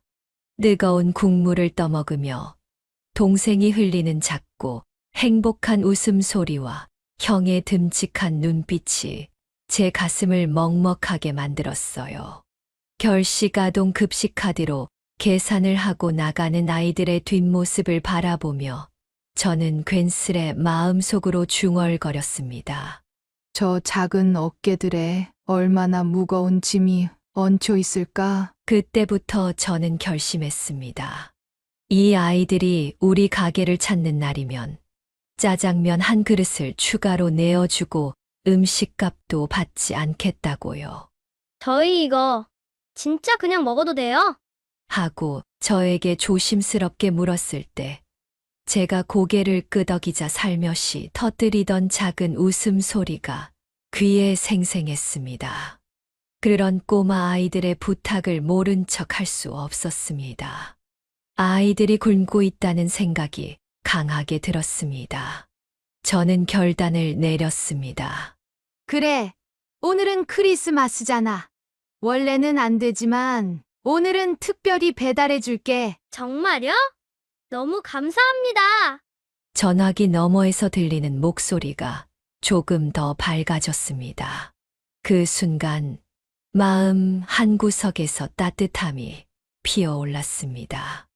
남편에게 이 이야기를 전하니 남편은 고개를 갸웃거리며 물었습니다. 결식카드 들고 짬뽕 한 그릇 나눠 먹던 그 꼬마들 말하는 거야? 응, 그 아이들이 맞는 것 같아. 형이 전화했더라고. 남편은 이야기를 들으며 한숨을 내쉬고는 걱정스런 표정을 지어 보였습니다. 얼마나 망설이다 전화를 했을까? 하루 종일 굶고 있었을 게 뻔한데. 남편은 옆 가게 치킨집에서 오토바이를 빌려 타고 짬뽕 한 그릇과 짜장면 한 그릇, 그리고 아이들에게 줄 작은 크리스마스 선물이라도 마련하고 싶었던 건지 탕수육까지 함께 포장했습니다. 아이들 괜찮은지 살펴보고 돌아올게. 돌아올 때까지 손님들은 더 받지 마. 남편은 평소처럼 환한 미소를 지으며 문을 나섰습니다. 그 순간만큼은 제 마음도 한결 가벼워졌습니다. 이 작은 선행이 아이들에게 따뜻한 크리스마스를 선물해 줄 수 있겠지. 그렇게 믿으며 저는 흐뭇한 미소를 짓고 있었습니다. 그런데 왜인지 남편이 떠난 지 1시간이 지났는데도 돌아오지 않았습니다. 왕복 20분이면 충분한 거리인데도 이상하게도 아무런 소식이 없었습니다. 불안한 마음에 전화를 걸어봤지만 수화기 너머로 들려오는 건 고객이 전화를 받을 수 없습니다. 라는 기계음뿐이었습니다. 가슴이 점점 불안감으로 조여 오는 기분이었습니다. 혹시나 사고가 난 건 아닐까? 차가운 공기가 유리문을 통해 스며들어 오는 것처럼 불길한 예감이 마음 깊숙이 퍼졌습니다. 저는 배달을 부탁했던 꼬마 아이들에게 전화를 걸어 물었습니다. 얘들아, 혹시 아저씨가 거기 다녀갔니? 네. 아저씨가 짬뽕이랑 짜장면, 그리고 크리스마스 선물이라고 탕수육까지 주셨어요. 그리고 곧 다시 돌아올 테니 잠시만 기다리라고 하시더니 다시 나가셨어요. 그 말에 머리가 하얘졌습니다. 아이들에게 음식을 주고 다시 어딘가로 갔다니 대체 무슨 일이 벌어진 걸까요? 불안감에 휩싸여 있던 그때 제 휴대폰이 울리기 시작했습니다. 여보세요. 혹시 최성옥 씨 되십니까? 여기 119입니다. 다름이 아니라 남편분께서 교통사고를 당하셔서 병원으로 이송되셨습니다. 그 말이 끝나자마자 제 손에서 수화기가 미끄러져 떨어졌습니다. 머릿속이 하얘지고 심장이 미친 듯이 뛰기 시작하면서 숨도 제대로 쉬어지지 않았습니다. 뭐라고요? 저희 남편이 무슨 일을 당했다고요? 떨리는 손으로 전화기를 다시 들어 올리며 물었습니다. 남편분께서 오토바이 운전 중에 도로에서 사고를 당하셨습니다.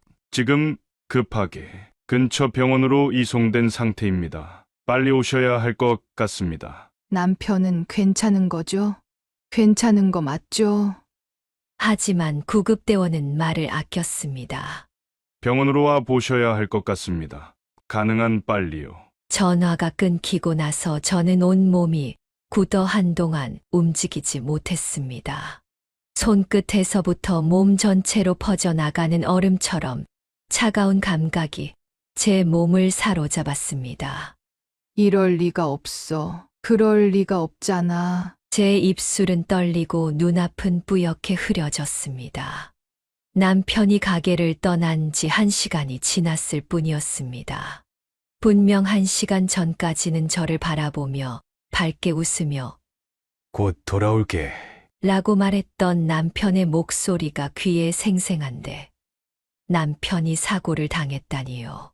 가슴이 무너지는 듯한 고통이 몰려왔습니다. 남편에게 다시 전화를 걸어봤습니다. 여보, 제발 받아줘. 하지만 전화기에서는 무심한 통화, 연결음만 들려올 뿐이었습니다. 손끝이 점점 더 차가워지고 마음은 한없이 초조해졌습니다. 혹시 장난 전화는 아닐까? 남편이 무사히 집으로 돌아올 것만 같은 헛된 희망이 머리를 스치다가도 전화 속에 침착한 목소리가 다시 떠올라 심장이 조여왔습니다. 급하게 택시를 잡아타고 병원으로 향하면서도 떨림은 멈추지 않았습니다. 택시 창밖으로 보이는 세상이 마치 멈춰 있는 것 같았습니다. 빨리 기사님, 제발 빨리 좀 가주세요. 택시 기사님에게 간절히 부탁하며 발끝으로 바닥을 쳤습니다. 무사해야 해, 여보. 제발 아무 일 없기를. 마음속으로 수없이 되뇌며 병원으로 가는 길 내내 눈물을 참느라 입술을 깨물었습니다. 혹시 사고가 크지 않을지도 모른다는 희망과 이미 늦었을지도 모른다는 공포가 끊임없이 교차하며 제 머릿속을 혼란스럽게 만들었습니다. 병원에 도착하자마자 정신없이 뛰어들어갔습니다. 연락받고 왔는데요. 저희 남편 어딨어요? 떨리는 목소리로 물으니 간호사는 잠시 눈빛을 피하며 무겁게 대답했습니다. 응급실로 모셨어요. 하지만 그 하지만이라는 말에 숨이 막히는 듯한 고통이 밀려왔습니다. 심장이 제자리에서 멈춘 것 같았고 다리가 휘청거려 한 발자국도 움직일 수 없었습니다. 남편은 응급실 침대 위에 누워 있었고 온몸에 차가운 기운이 감돌았습니다. 여보, 제발 뭐라고 말이라도 좀 해봐요. 가슴 속 깊은 곳에서부터 절망이 터져 나왔습니다. 병원엔 제 울음소리가 가득 퍼지고 있었고 다시는 돌아오지 않을 남편의 손을 저는 그저 잡고만 있었습니다. 경찰이 남편의 교통사고를 조사하기 시작했고 저는 어떤 증거라도 발견하고 싶어 사고 현장 사진을 보여달라 부탁했습니다. 여기 사고 당시 현장 사진입니다. 혹시 충격을 받으실까봐 남편분은 모자이크 처리했습니다. 사진 속 장면을 보는 순간 제 심장이 철렁 내려앉았습니다.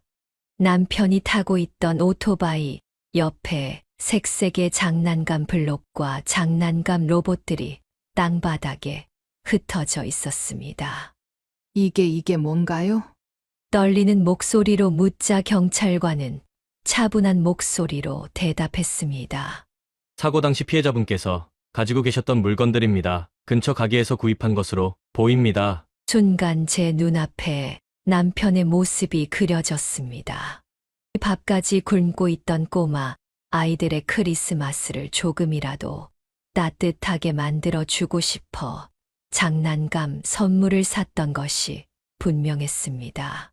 선물을 받고 기뻐할 아이들의 모습을 상상하며 미소를 지었을 남편의 얼굴이 떠올랐습니다. 왜? 도대체 왜? 이렇게 따뜻한 마음을 가진 사람을 데려가야만 했을까요? 끝없이 하늘을 바라보며 물었지만 그 어떤 대답도 들을 수 없었습니다. 매일 눈을 뜨면 남편의 빈자리가 더욱 선명해졌습니다. 매일 아침 함께했던 가게 준비도 저녁의 따뜻한 대화도 모두 사라진 채 집안은 차갑고 공허하기만 했습니다. 거실 벽 한쪽에 걸린 남편의 사진은 저를 더욱 외롭게 만들었습니다. 사진 속의 남편은 여전히 환하게 웃고 있었지만 그 웃음은 이제 더 이상 제게 다가오지 않는 영원한 과거였습니다. 눈길이 닿을 때마다 그리움과 슬픔이 몰려와 가슴을 찔렀습니다. 마치 여보, 나 없어도 힘내야 돼. 라고 말하는 것 같으면서도 왜 나를 두고 갔느냐? 하는 원망스러운 마음도 들었습니다. 벌써 몇 주째 저는 집 밖으로 한 발짝도 나가지 않은 채 시간을 흘려보내고 있었습니다. 아침이 되어도 일어날 힘이 나지 않았고 창문 밖으로 비치는 햇살은 그저 머리 위로 스쳐갈 뿐이었습니다. 그러던 중 문득 그 아이들이 떠올랐습니다. 남편이 사고를 당한 날 마지막으로 배달했던 음식들, 그리고 장난감 로봇들이 머릿속에 아른거렸습니다. 그 아이들은 지금 어떻게 지내고 있을까? 우리 가게 문을 닫은 이후로 밥은 제대로 먹고 있는 걸까? 생각할수록 걱정이 되기 시작했습니다. 그 아이들을 내가 모른 척 한다면 하늘에 있는 당신이 실망할 것 같아요. 이런 생각이 마음 한구석을 짓눌렀습니다. 남편의 따뜻한 마음을 이어받아야 한다는 책임감이 조금씩 커지기 시작했습니다. 저는 마침내 몇 주 만에 집 밖으로 나와 아이들을 찾아가 보기로 결심했습니다. 아이들의 집에 도착하니 아이들이 저를 보고 눈이 휘둥그레지더군요. 그리고 그 순간 문틈 사이로 느껴지는 강렬한 술 냄새가 제 코를 찔렀습니다. 집 안으로 들어서자 눈앞에 충격적인 광경이 펼쳐졌습니다. 집 안은 완전히 엉망이었고 거실 한가운데는 찌그러진 맥주 캔들과 빈 소주병들이 아무렇게나 굴러다니고 있었습니다. 냄새는 더더욱 지독했습니다. 오랜 시간 치워지지 않은 음식물 찌꺼기와 술 냄새가 뒤섞여 코를 찌르는 것이 이곳이 집인지 쓰레기장인지 분간하기 어려울 정도였습니다. 거실 한가운데 낡은 소파에는 아이들의 아버지로 보이는 남자가 술에 쩔어 누워 있었습니다. 코를 골며 잠들어 있는 그의 모습은 무기력함 그 자체였습니다. 두 아이는 서로를 꼭 붙잡고 앉아 있었고 형으로 보이는 아이가 동생을 감싸 안고 있었습니다. 그 모습을 본 순간 제 심장은 한없이 내려앉았습니다. 아이들의 얼굴은 피곤해 보였고 옷은 여기저기 해져 있었습니다. 할머니, 저희 좀 도와주세요. 형이 고개를 들며 작은 목소리로 저를 불렀습니다. 눈빛엔 반가움과 부끄러움이 뒤섞인 듯 보였습니다. 우리 나가서 같이 밥부터 먹자. 저는 근처의 작은 식당으로 아이들을 데려갔습니다. 먹고 싶은 거 뭐든 마음껏 골라. 오늘은 할머니가 다 사줄게. 아이들의 눈빛이 반짝이며 메뉴판을 들여다보았습니다. 음식을 기다리는 동안 두 아이의 표정은 점점 밝아졌습니다. 그 모습을 보니 마음 한구석이 아리면서도 따뜻해졌습니다. 음식이 나오자 아이들은 정말 허겁지겁 먹기 시작했습니다.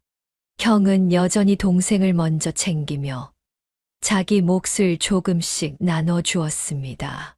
작은 손으로 동생의 그릇에 음식을 옮겨 담는 모습은 어린아이답지 않게 너무 의젓했습니다.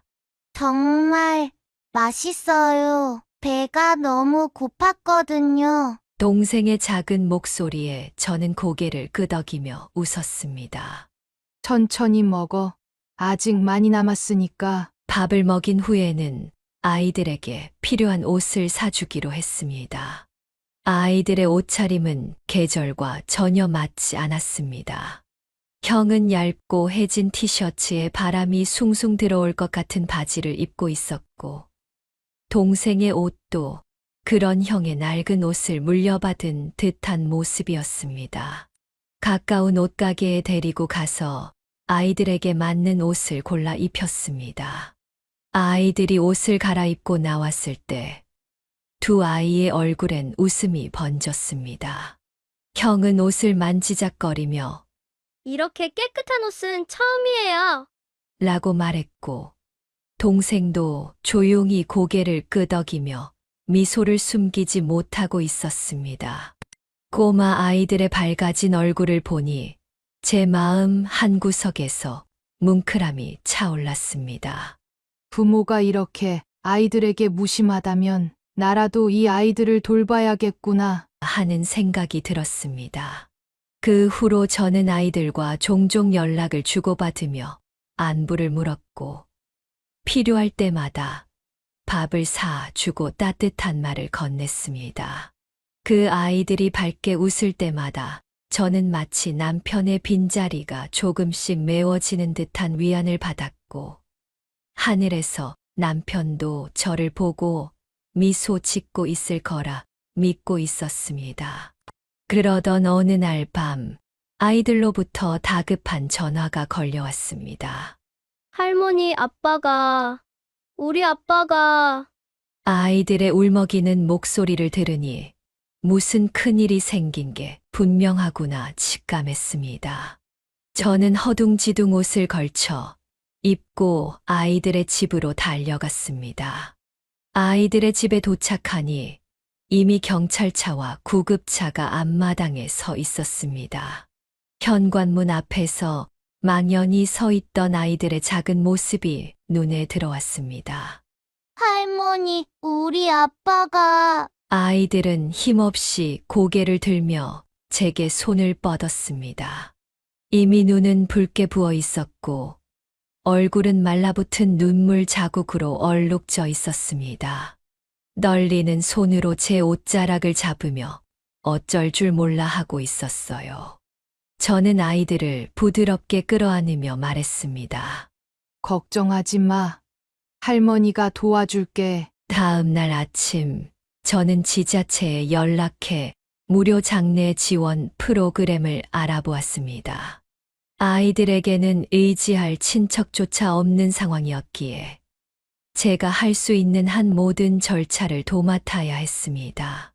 장례식은 차분하면서도 슬픈 분위기 속에서 진행되었습니다. 조문객은 거의 없었고 아이들은 처음부터 끝까지 제 손을 꼭 잡고 있었습니다. 아이들 아버지 장례가 끝난 후 그 아이들은 결국 고아원으로 보내졌습니다.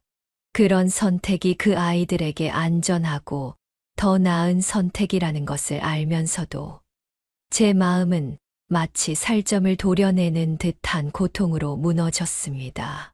나이가 든 저로서는 이 아이들을 책임지기에는 한계가 있었습니다. 남편이 세상을 떠나고 수입마저 끊긴 상황에서 어쩔 수 없는 결정이었습니다. 하지만 꼬마 아이들의 환한 웃음이 늘 제 머릿속에 맴돌았고, 마치 남편이 아이들을 부탁하며 제 곁에 남겨둔 것만 같은 느낌이 들었습니다. 그래서 저는 꼬마 아이들이 있는 고아원을 주기적으로 찾아갔습니다. 처음 제가 고아원을 방문했을 때 아이들은 마치 기다리고 있었던 듯이 달려와 저를 끌어안았습니다. 할머니, 너무 보고 싶었어요. 꼬마 아이의 밝은 목소리에 저는 오랜 간만에 작은 미소를 지을 수 있었습니다. 그들의 웃음소리는 제 공허한 마음을 조금씩 채워주었습니다. 아이들은 점점 밝아졌고 고아원 친구들과도 잘 어울리는 모습을 보여주었습니다. 형은 여전히 동생을 챙기며 의젓하게 행동했고, 동생은 형의 손을 꼭 잡으며 새로운 환경에서 적응하려 애쓰고 있었습니다. 그들을 보며 저는 오랜만에 작은 위안을 느낄 수 있었고, 그리고 하늘에서 남편이 이 모습을 지켜보며 미소 짓고 있을 거라 믿고 있었습니다. 다음 해 크리스마스 날 고아원을 방문한 제게 꼬마 아이들이 수줍게 말을 꺼냈습니다.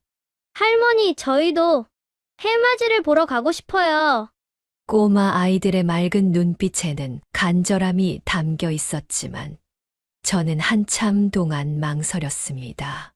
살면서 해맞이는 딱 한 번, 젊은 시절 남편과 강릉 정동진에서 봤던 게 전부였거든요.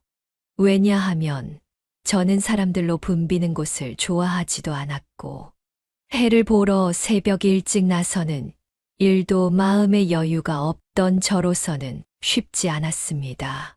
하지만 그날 두 손을 꼭 잡고 저를 바라보는 꼬마 아이들의 눈빛은 세상에 그 어떤 부탁보다 간절했습니다.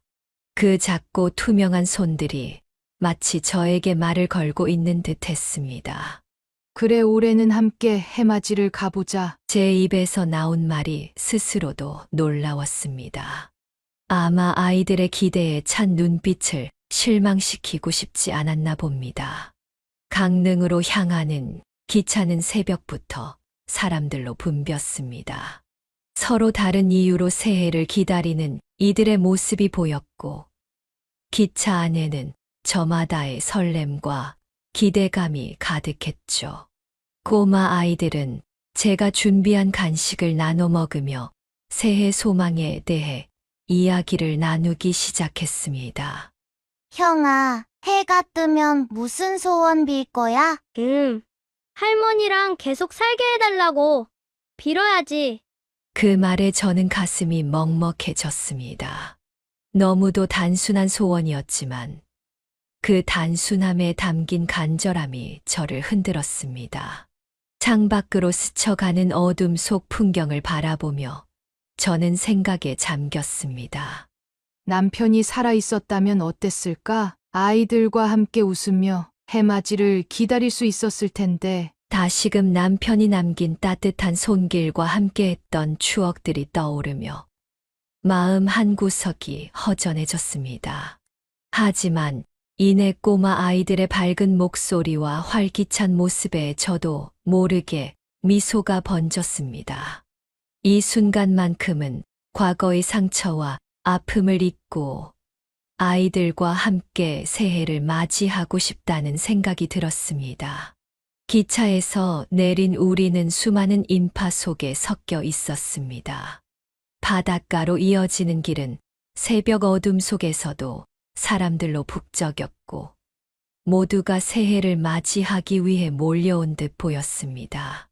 저는 꼬마 아이들의 손을 단단히 잡고 해맞이를 잘 볼 수 있는 자리를 찾으려고 애썼습니다. 그리고 아이들의 두 볼은 기대감에 붉게 물들어 있었습니다. 할머니, 바다가 이렇게 큰 줄 몰랐어요. 항상 TV에서만 봤었는데. 아이들의 맑은 목소리에 저도 모르게 미소가 번졌습니다. 마치 이 순간만큼은 제 마음의 짐도 내려놓을 수 있을 것 같았죠.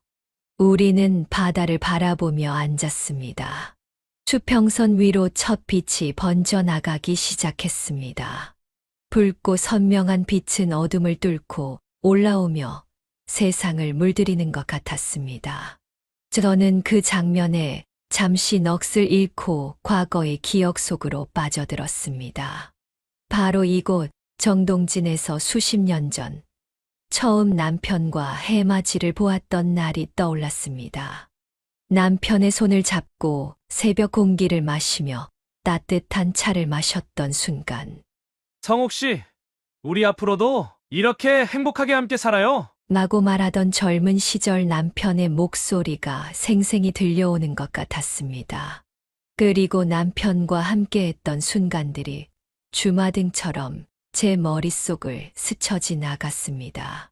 처음 남편을 만났던 날, 결혼식 날, 가게를 처음 오픈했던 날, 매일 새벽마다 함께 시장에 나가 재료를 고르고 손님들의 웃음을 보며 하루를 마무리하던 그 소박한 나날들이 떠올랐습니다. 하지만 현실로 돌아오면 그 모든 기억들은 이제 닿을 수 없는 곳에 있었습니다. 남편이 떠난 뒤로는 그 따뜻했던 순간들이 오히려 마음을 더 아프게 했습니다. 과거의 기억에 잠겨 있던 저는 고요한 공기 속에서 이상한 느낌을 받았습니다. 어느 순간 제잘되던 꼬마 아이들이 갑자기 조용한 것 같다는 생각이 들었습니다. 얘들아, 제가 돌아본 자리에는 아무도 없었습니다. 바람 소리와 사람들의 웅성거림만이 들릴 뿐 꼬마 아이들이 있었던 자리는 텅 비어 있었습니다. 심장이 요동쳤습니다. 순간 머리가 하얘지고 숨이 막혀왔습니다. 얘들아, 어디 있어? 제 목소리는 요동치듯 떨리기 시작했습니다. 곧장 주위를 두리번거렸지만 꼬마 아이들의 모습은 전혀 보이지 않았습니다. 얘들아, 제발 대답 좀 해줘. 목소리는 점점 커졌지만 사람들의 소음에 묻혀버렸습니다. 사람들 틈을 헤치며 아이들의 이름을 외쳤습니다. 그 순간 젊은 시절 길에서 잃어버렸던 아들이 떠올랐습니다. 아들을 찾아다니며 불렀던 그날의 기억이 악몽처럼 되살아났습니다. 그때도 저는 아들의 이름을 목이 쉬도록 부르며 사방을 뛰어다녔습니다. 하지만 이번에도 제 부주의로 어린아이를 또 잃게 될까봐 두려웠습니다. 숨이 차오르고 가슴은 터질 듯 했으며 손은 떨려왔습니다. 눈앞이 흐릿해지고 제 목소리는 점점 울음으로 바뀌어 갔습니다. 한 손으로 가슴을 움켜쥔 채 사람들 사이를 뛰어다니며 아이들의 이름을 불렀습니다. 끝없는 불안 속에서 사람들에게 물었습니다. 혹시 이만한 아이들 보셨나요? 형제인데요. 손잡고 있었던. 하지만 돌아오는 대답은 늘 같았습니다. 아니요, 못 봤는데요. 제 손끝은 얼어붙은 것처럼 감각이 사라졌고 머리는 점점 더 어지러워졌습니다. 그렇게 30분가량을 헤매던 끝에 결국 저는 그 자리에 주저앉고 말았습니다. 차가운 모래가 제 무릎을 적셨지만 그런 것은 아무런 상관도 없었습니다. 한 손으로 가슴을 움켜쥔 채 저는 하염없이 울었습니다. 왜 또 내 잘못으로 이런 일이 생기는 거야? 왜 또 내가? 머릿속엔 젊은 시절 잃어버린 아들의 모습과 오늘의 아이들의 모습이 겹쳐졌습니다. 그때도 지금도 나는 이 작은 생명들을 지켜주지 못했구나. 그 생각이 저를 한없이 절망 속으로 밀어 넣었습니다. 그때 전화벨이 울렸습니다. 심장이 요동치는 가운데 떨리는 손으로 핸드폰을 들었습니다. 화면 속 번호는 낯설었지만 그 순간 무엇이든 기대하고 싶었습니다. 여보세요? 혹시 아이들을 찾고 계신가요? 제가 그 아이들을 발견했습니다. 낯선 남성의 목소리가 귓가에 울렸습니다. 가슴 속에서 밀려오는 안도의 물결이 눈앞을 뿌옇게 만들었고, 저는 간신히 떨리는 목소리로 물었습니다. 지금 아이들은 괜찮나요? 어디에 있나요? 남자는 차분한 목소리로 답했습니다. 지금까지 많이 울었는데 지금은 괜찮아요. 아이들이 너무 놀라서 할머니 번호가 기억이 안 난다고 하더라고요. 그래서 아이들이 조금 진정될 때까지 과자를 사주고 달래고 있었습니다. 걱정 마세요. 제가 바로 데리고 갈게요. 약속한 장소에서 그 남자를 만났을 때 저는 순간 얼어붙고 말았습니다. 숨이 멎는 듯 했습니다. 그 남자는 남편의 40대 때의 모습과 너무나도 닮아 있었습니다. 그 각진 턱선, 곱슬곱슬한 머리, 부드럽고 처진 눈빛까지. 시간이 멈춘 듯 주변 소음이 사라지고 오직 그 남자만이 제 시야를 채웠습니다. 혹시 죄송하지만 성함이 어떻게 되세요? 제 목소리는 떨리고 있었습니다. 그 남자는 잠시 머뭇거리며 대답했습니다. 이수민입니다. 그 한마디에 머릿속에서 모든 기대가 와르르 무너져 내렸습니다. 제 착각이었을까요? 순간의 환영에 속아버린 걸까요? 40대 때의 남편과 너무나도 닮은 모습에 혹시나 잃어버린 제 아들이 아니었을까 기대했던 희미한 희망이 찬물을 맞은 듯 사라졌습니다. 저의 실망감이 얼굴에 고스란히 드러났는지 그 남자는 잠시 고개를 갸우뚱하며 저를 바라보다 다시 조용히 말을 꺼냈습니다. 어릴 적 이름은 구호성이에요. 순간 다리가 풀려 그 자리에 주저앉을 뻔했습니다. 그 이름을 들은 순간 30년 넘게 묻어두었던 슬픔이 한꺼번에 터져 나왔습니다. 저는 그 남자를 믿을 수 없다는 듯 바라보며 간신히 말을 이었습니다. 정말 어릴 적 이름이 구호성 맞아요? 우리 아들 구호성? 저는 떨리는 손으로 그 남자의 얼굴을 만졌습니다. 그 남자의 눈동자 속에 비친 저 자신을 보니 모든 의심이 사라졌습니다. 그 남자는 고개를 천천히 끄덕이며 말했습니다. 제가 어릴 적 양부모님께 입양되면서 이름이 바뀌었어요. 하지만 본래 이름은 구호성이에요. 지금도 똑똑히 기억합니다. 그 순간 죄인처럼 살아왔던 지난 30년 동안 제 마음에 쌓여있던 상처와 슬픔이 벽돌처럼 무너져 내렸습니다. 길에서 아들을 잃고 느꼈던 공허함, 매일 새벽마다 울던 날들이 한꺼번에 떠오르며 눈물이 본물처럼 쏟아졌습니다. 어머니, 저희 친어머니 맞으시죠? 그동안 너무 보고 싶었어요. 30년이 넘는 긴 시간 동안 저는 매일같이 자신을 책망하며 살아왔습니다. 그런 제가 지금 30년 만에 잃어버린 아들을 다시 품에 안고 있었습니다. 믿기지 않는 감정이 차올랐습니다. 아들이 제 품에 안겼을 때 저는 떨리는 손으로 아들의 등을 조심스레 어루만졌습니다. 손끝으로 느껴지는 아들의 온기는 너무나도 생생했어요. 엄마가 우리 아들 이름 한번 불러보자. 호성아, 우리 호성아. 지난 30년 동안 한 번도 부르지 못했던 그 이름이 제 입술에서 흘러나왔습니다.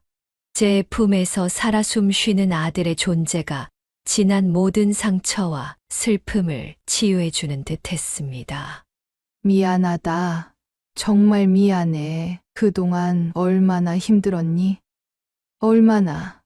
아들 호성이도 제 어깨에 얼굴을 묻고 떨리는 목소리로 말했습니다. 어머니도 많이 힘드셨죠. 저도 매일 꿈속에서 어머니를 찾았어요. 양부모님께는 감사하지만 제 마음 속에는 늘 빈자리가 있었어요. 이제야 그 빈자리를 채울 수 있을 것 같아요. 아들 호성이의 말에 제 눈물은 멈출 줄을 몰랐습니다. 그날 바닷바람은 너무나도 차가웠지만 제 품에 안긴 아들의 온기로 모든 추위가 사라졌습니다. 저는 아들 호성이를 다시 품에 안으며 다짐했습니다. 이제는 절대로 놓치지 않겠다고. 어떤 일이 있어도 이 온기를 끝까지 지켜내겠다고. 정말 기적과도 같은 믿을 수 없는 일이었습니다. 정동진 해변에서 잃어버린 아들과 재회한 그날이 저는 지금도 꿈같이 느껴집니다. 그날 이후로 저는 아들 호성이와 매일 연락을 주고받았습니다. 처음에는 조심스러웠지만 시간이 지날수록 대화의 내용은 길어지고 깊어졌습니다. 호성이는 자신의 어린 시절을 기억하며 이야기를 꺼냈고 저도 그동안 쌓아온 삶의 단편들을 아들에게 들려주었습니다. 호성이는 양부모님 밑에서 자라났다고 했습니다. 그들에게서 큰 사랑을 받으며 성장했지만 마음 한구석에는 늘 채워지지 않는 공허함이 있었다고 합니다. 엄마, 저는 늘 제가 어디서 왔는지 궁금했어요. 어릴 적 기억에 남은 작은 단서들을 붙잡고 스스로 상상의 조각들을 이어붙이며 자랐어요. 아들이 들려준 이야기를 듣는 동안 저는 아들의 힘들었을 어린 시절을 상상하며 눈시울이 붉어졌습니다. 너무나도 다행히 양부모님께서 정성껏 키워주셨지만 생모와의 단절은 아들에게 너무나도 큰 아픔이었음을 알게 되었습니다. 그리고 한 가지 놀라운 것은 우리 아들 호성이도 요리에 흥미를 느껴 요리사가 되었다는 사실이었습니다.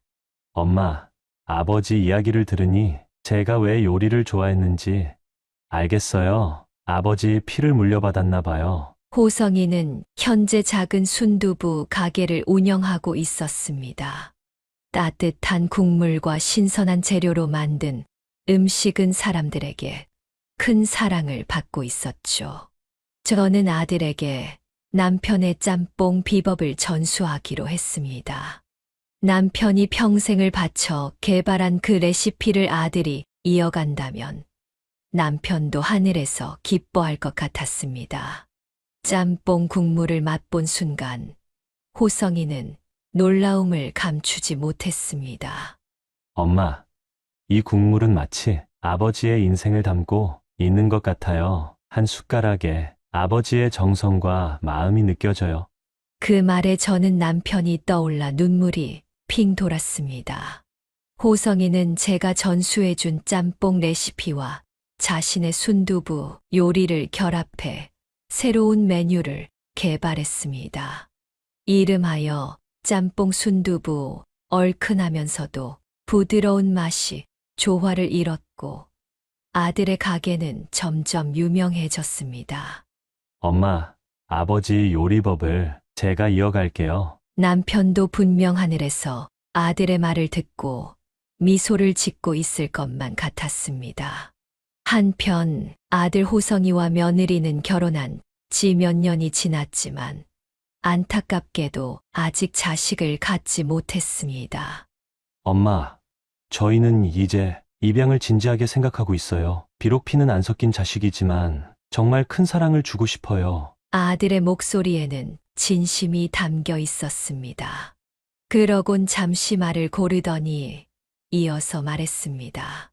제가 이렇게 엄마를 다시 만나게 된 건 정말 기적이라고 생각해요. 그런데 이 기적을 만들어준 건 어쩌면 그때 그 꼬마 아이들이 아니었을까요? 아들의 눈빛이 반짝이고 있었습니다. 그 아이들이 만약 길을 잃지 않았다면, 제가 그 꼬마 아이들을 발견하지 못했다면 엄마와 제가 이렇게 만날 수 없었을지도 몰라요. 어쩌면 그 아이들은 우리 아버지가 하늘에서 보내주신 선물 같다는 생각이 들어요. 아들은 잠시 침묵하다가 결심한 듯 다시 입을 열었습니다. 그 아이들이 고아원에 있다고 하셨죠. 제가 그 아이들을 입양하고 싶어요. 그 말에 저는 잠시 숨이 막혔습니다. 놀라움과 감동이 한꺼번에 몰려왔습니다. 남편이 마지막 순간까지 지키고 챙기고 했던 그 아이들. 그리고 그 아이들이 이젠 우리 가족의 일부가 될지도 모른다는 가능성에 저는 뭐라 말해야 할지 몰랐습니다. 아들의 진심이 담긴 목소리에 저는 고개를 끄덕이며 대답했습니다.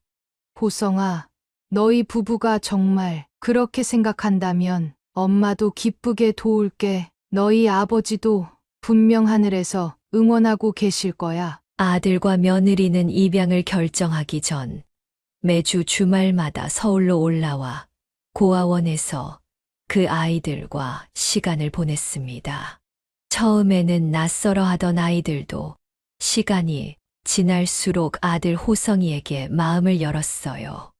아들과 며느리는 꼬마 아이들과 함께 그림을 그리고 공놀이를 하고 맛있는 간식을 나눠 먹으며 그들의 일상에 자연스럽게 스며들었습니다.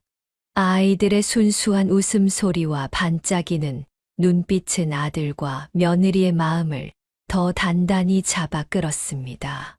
삼촌, 다음 주에도 또 오실 거죠? 아들은 웃으며 대답했습니다. 다음 주에도 오고 그 다음 주에도 오고 매주 찾아올게. 그 모습을 보며 저는 멀리서 그들을 지켜봤습니다. 정말 좋은 부모가 될 준비가 되어 있었고, 꼬마 아이들도 이미 아들네 부부를 가족처럼 받아들이고 있는 것 같았습니다. 며느리는 아이들에게 책을 읽어주며 눈물을 글썽이기도 했습니다. 그렇게 몇 주가 지나고 아들과 며느리는 드디어 입양을 결심했습니다. 저희는 이제 준비가 된 것 같아요. 이 아이들에게 좋은 부모가 되고 좋은 가정을 만들게요. 남편이 마지막 선행을 베풀었던 그 꼬마 형제들이 이제 제 손자가 되었습니다. 우리 손주 자민이와 자욱이의 웃음소리는 아들네 부부의 집안을 따뜻하게 채웠고, 가족의 사랑 속에서 점점 더 밝고 건강하게 자랐습니다. 자민이와 자욱이는 저를 볼 때면 늘 저를 꼭 끌어안고 할머니, 사랑해요. 라고 말합니다. 그리고 그 한마디는 제게 세상을 모두 얻은 것 같은 기쁨을 안겨주고 있습니다. 2025년 1월 1일, 올해의 첫날, 저는 다시 새해를 맞이하기 위해 정동진에 섰습니다. 이곳 정동진은 이제 저희 과거와 현재를 연결하는 특별한 장소가 되었습니다. 제 옆에는 저희 새로운 가족이 서 있습니다. 30년 만에 만난 아들 호석, 사랑스런 며느리, 그리고 제 손자가 된 자민이와 자욱이까지, 그리고 저 대신 사랑으로 아들 호성이를 키워주신 호성이의 양부모님들까지. 우리는 서로의 손을 맞잡고 수평선 위로 떠오를 해를 기다렸습니다. 아들 호성이는 제 옆에서 손주들의 옷깃을 여미며 추위를 막아주고 있습니다. 할머니, 여기는 항상 너무 추워요. 손주 자민이가 제 품에 안기며 투정을 부리자 저는 미소를 지으며 그의 볼을 쓰다듬었습니다. 그래도 조금만 참아봐. 추위를 조금만 견디고 나면 따뜻한 새해가 우릴 반겨줄 거야. 아들 호성이는 고개를 돌려 제게 물었습니다. 엄마, 새해 소원으로 어떤 걸 비셨어요? 저는 잠시 생각에 잠겼습니다. 글쎄, 우리 가족이 항상 이렇게 행복했으면 좋겠다는 거? 내 아버지도 하늘에서 우리를 보고 웃고 있을 거야. 그때 바다 위로 붉은 해가 천천히 떠오르기 시작했습니다. 새벽의 어둠을 뚫고 나온 빛이 바다를 물들일 때 저는 눈을 감고 하늘에 있는 남편에게 마음속으로 한 통의 편지를 보냈습니다. 여보, 그곳에선 잘 지내고 있나요? 사실 아직도 믿기지 않아요. 당신이 없다는 사실도, 그리고 이 모든 일이 기적처럼 펼쳐졌다는 사실도요. 당신이 떠난 뒤로 얼마나 많이 울었는지 몰라요. 거실에 걸린 당신 사진을 볼 때마다 너무 그리워서, 너무 외로워서 잠을 이루지 못했던 날들이 얼마나 많았는지 아세요? 당신은 떠나는 그 순간까지도 누군가를 도우려 했었죠. 추운 크리스마스 날, 이젠 우리 손주가 된 그 작은 아이들에게 따뜻한 한 끼와 크리스마스 선물을 주고 싶어서 오토바이를 몰고 나섰던 당신, 당신의 마지막 순간이 그러했기에 저는 당신을 원망할 수 없었어요. 하지만 마음 한편으로는 너무 미안했어요. 당신을 말렸어야 했나? 원래대로 배달이 안 된다고 말했어야 했나? 그런 후회들이 끝없이 저를 괴롭혔거든요. 당신이 떠난 뒤에야 깨달았어요. 당신은 언제나 따뜻한 사람이었다는 걸요. 그래서인지 제가 우리 손주가 된 꼬마 아이들을 외면할 수 없었던 것도 당신 때문이었어요. 그리고 당신이 하늘에서 보고 있을 거라는 생각에 꼬마 아이들을 더 열심히 챙겼어요. 당신이 떠난 뒤에도 당신은 제게 여전히 많은 걸 가르쳐주고 있었던 거죠. 그러다 어느 날 해맞이를 보러 가서 잃어버렸던 우리 아들 호성이를 30년 만에 다시 만나게 되었어요. 여보, 이게 믿기나요? 우리 호성이가 제 앞에 다시 나타났어요. 그것도 당신이 마지막으로 지켜주려 했던 그 아이들을 통해요. 마치 당신이 하늘에서 모든 걸 계획한 것처럼요. 호성이의 얼굴을 본 순간 저는 심장이 터질 것만 같았어요. 제가 잘못 본 건 아닐까? 혹시 꿈은 아닐까? 아들의 얼굴을 어루만지며 떨리는 목소리로 물었죠. 우리 호성이 맞니? 라고요. 호성이가 고개를 끄덕이던 순간 저는 지난 30년 동안 쌓였던 모든 슬픔이 사라지는 걸 느꼈어요. 당신이 연결해준 이 기적 같은 순간들, 저는 평생 잊을 수 없을 거예요. 우리 호성이는 정말 당신을 닮았어요. 따뜻한 마음, 책임감, 그리고 웃을 때 눈가에 맺히는 주름까지요. 그리고 당신을 닮았는지 요리사로 지내고 있었어요. 정말 신기하지 않아요? 그리고 여보, 호성이가 저를 놀라게 한 건 그뿐만이 아니에요. 호성이와 며느리가 당신이 마지막으로 손 내밀었던 그 꼬마 아이들을 입양했어요. 오늘 이렇게 정동진에서 해맞이를 보며 당신과 함께 했던 그날을 떠올려요. 당신은 제 손을 꼭 잡고 우리 이렇게 함께 늙어가자 라고 말했었죠. 비록 지금 당신의 손은 제 곁에 없지만 저는 그 약속을 아직도 간직하고 있어요. 당신과 제가 함께 나눈 추억들, 그리고 오늘 이 순간까지 이어진 이 기적 같은 이야기들, 모두가 당신 덕분이에요. 여보, 너무 보고 싶어요. 그리고 너무 고마워요. 하늘에서도 오늘 우리를 지켜봐 주세요. 이제 당신이 만들어준 새로운 가족과 함께 나는 다시 살아갈 힘을 얻었어요. 하지만 여전히 당신이 그리울 거예요. 여보, 하늘에서도 늘 행복하세요. 지금까지 최성옥 씨의 사연을 끝까지 함께 해주셔서 감사합니다.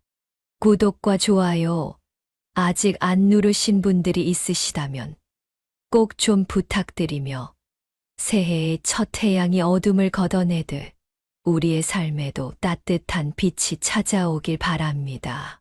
최성옥 씨가 오랜 상처와 슬픔을 치유하고 다시 가족의 품에서 웃음을 되찾았듯이 여러분의 새해에도 따뜻한 사랑과 희망이 가득하시길 진심으로 기원하며 오늘의 사연은 여기서 마치겠습니다. 새해 복 많이 받으세요. 감사합니다.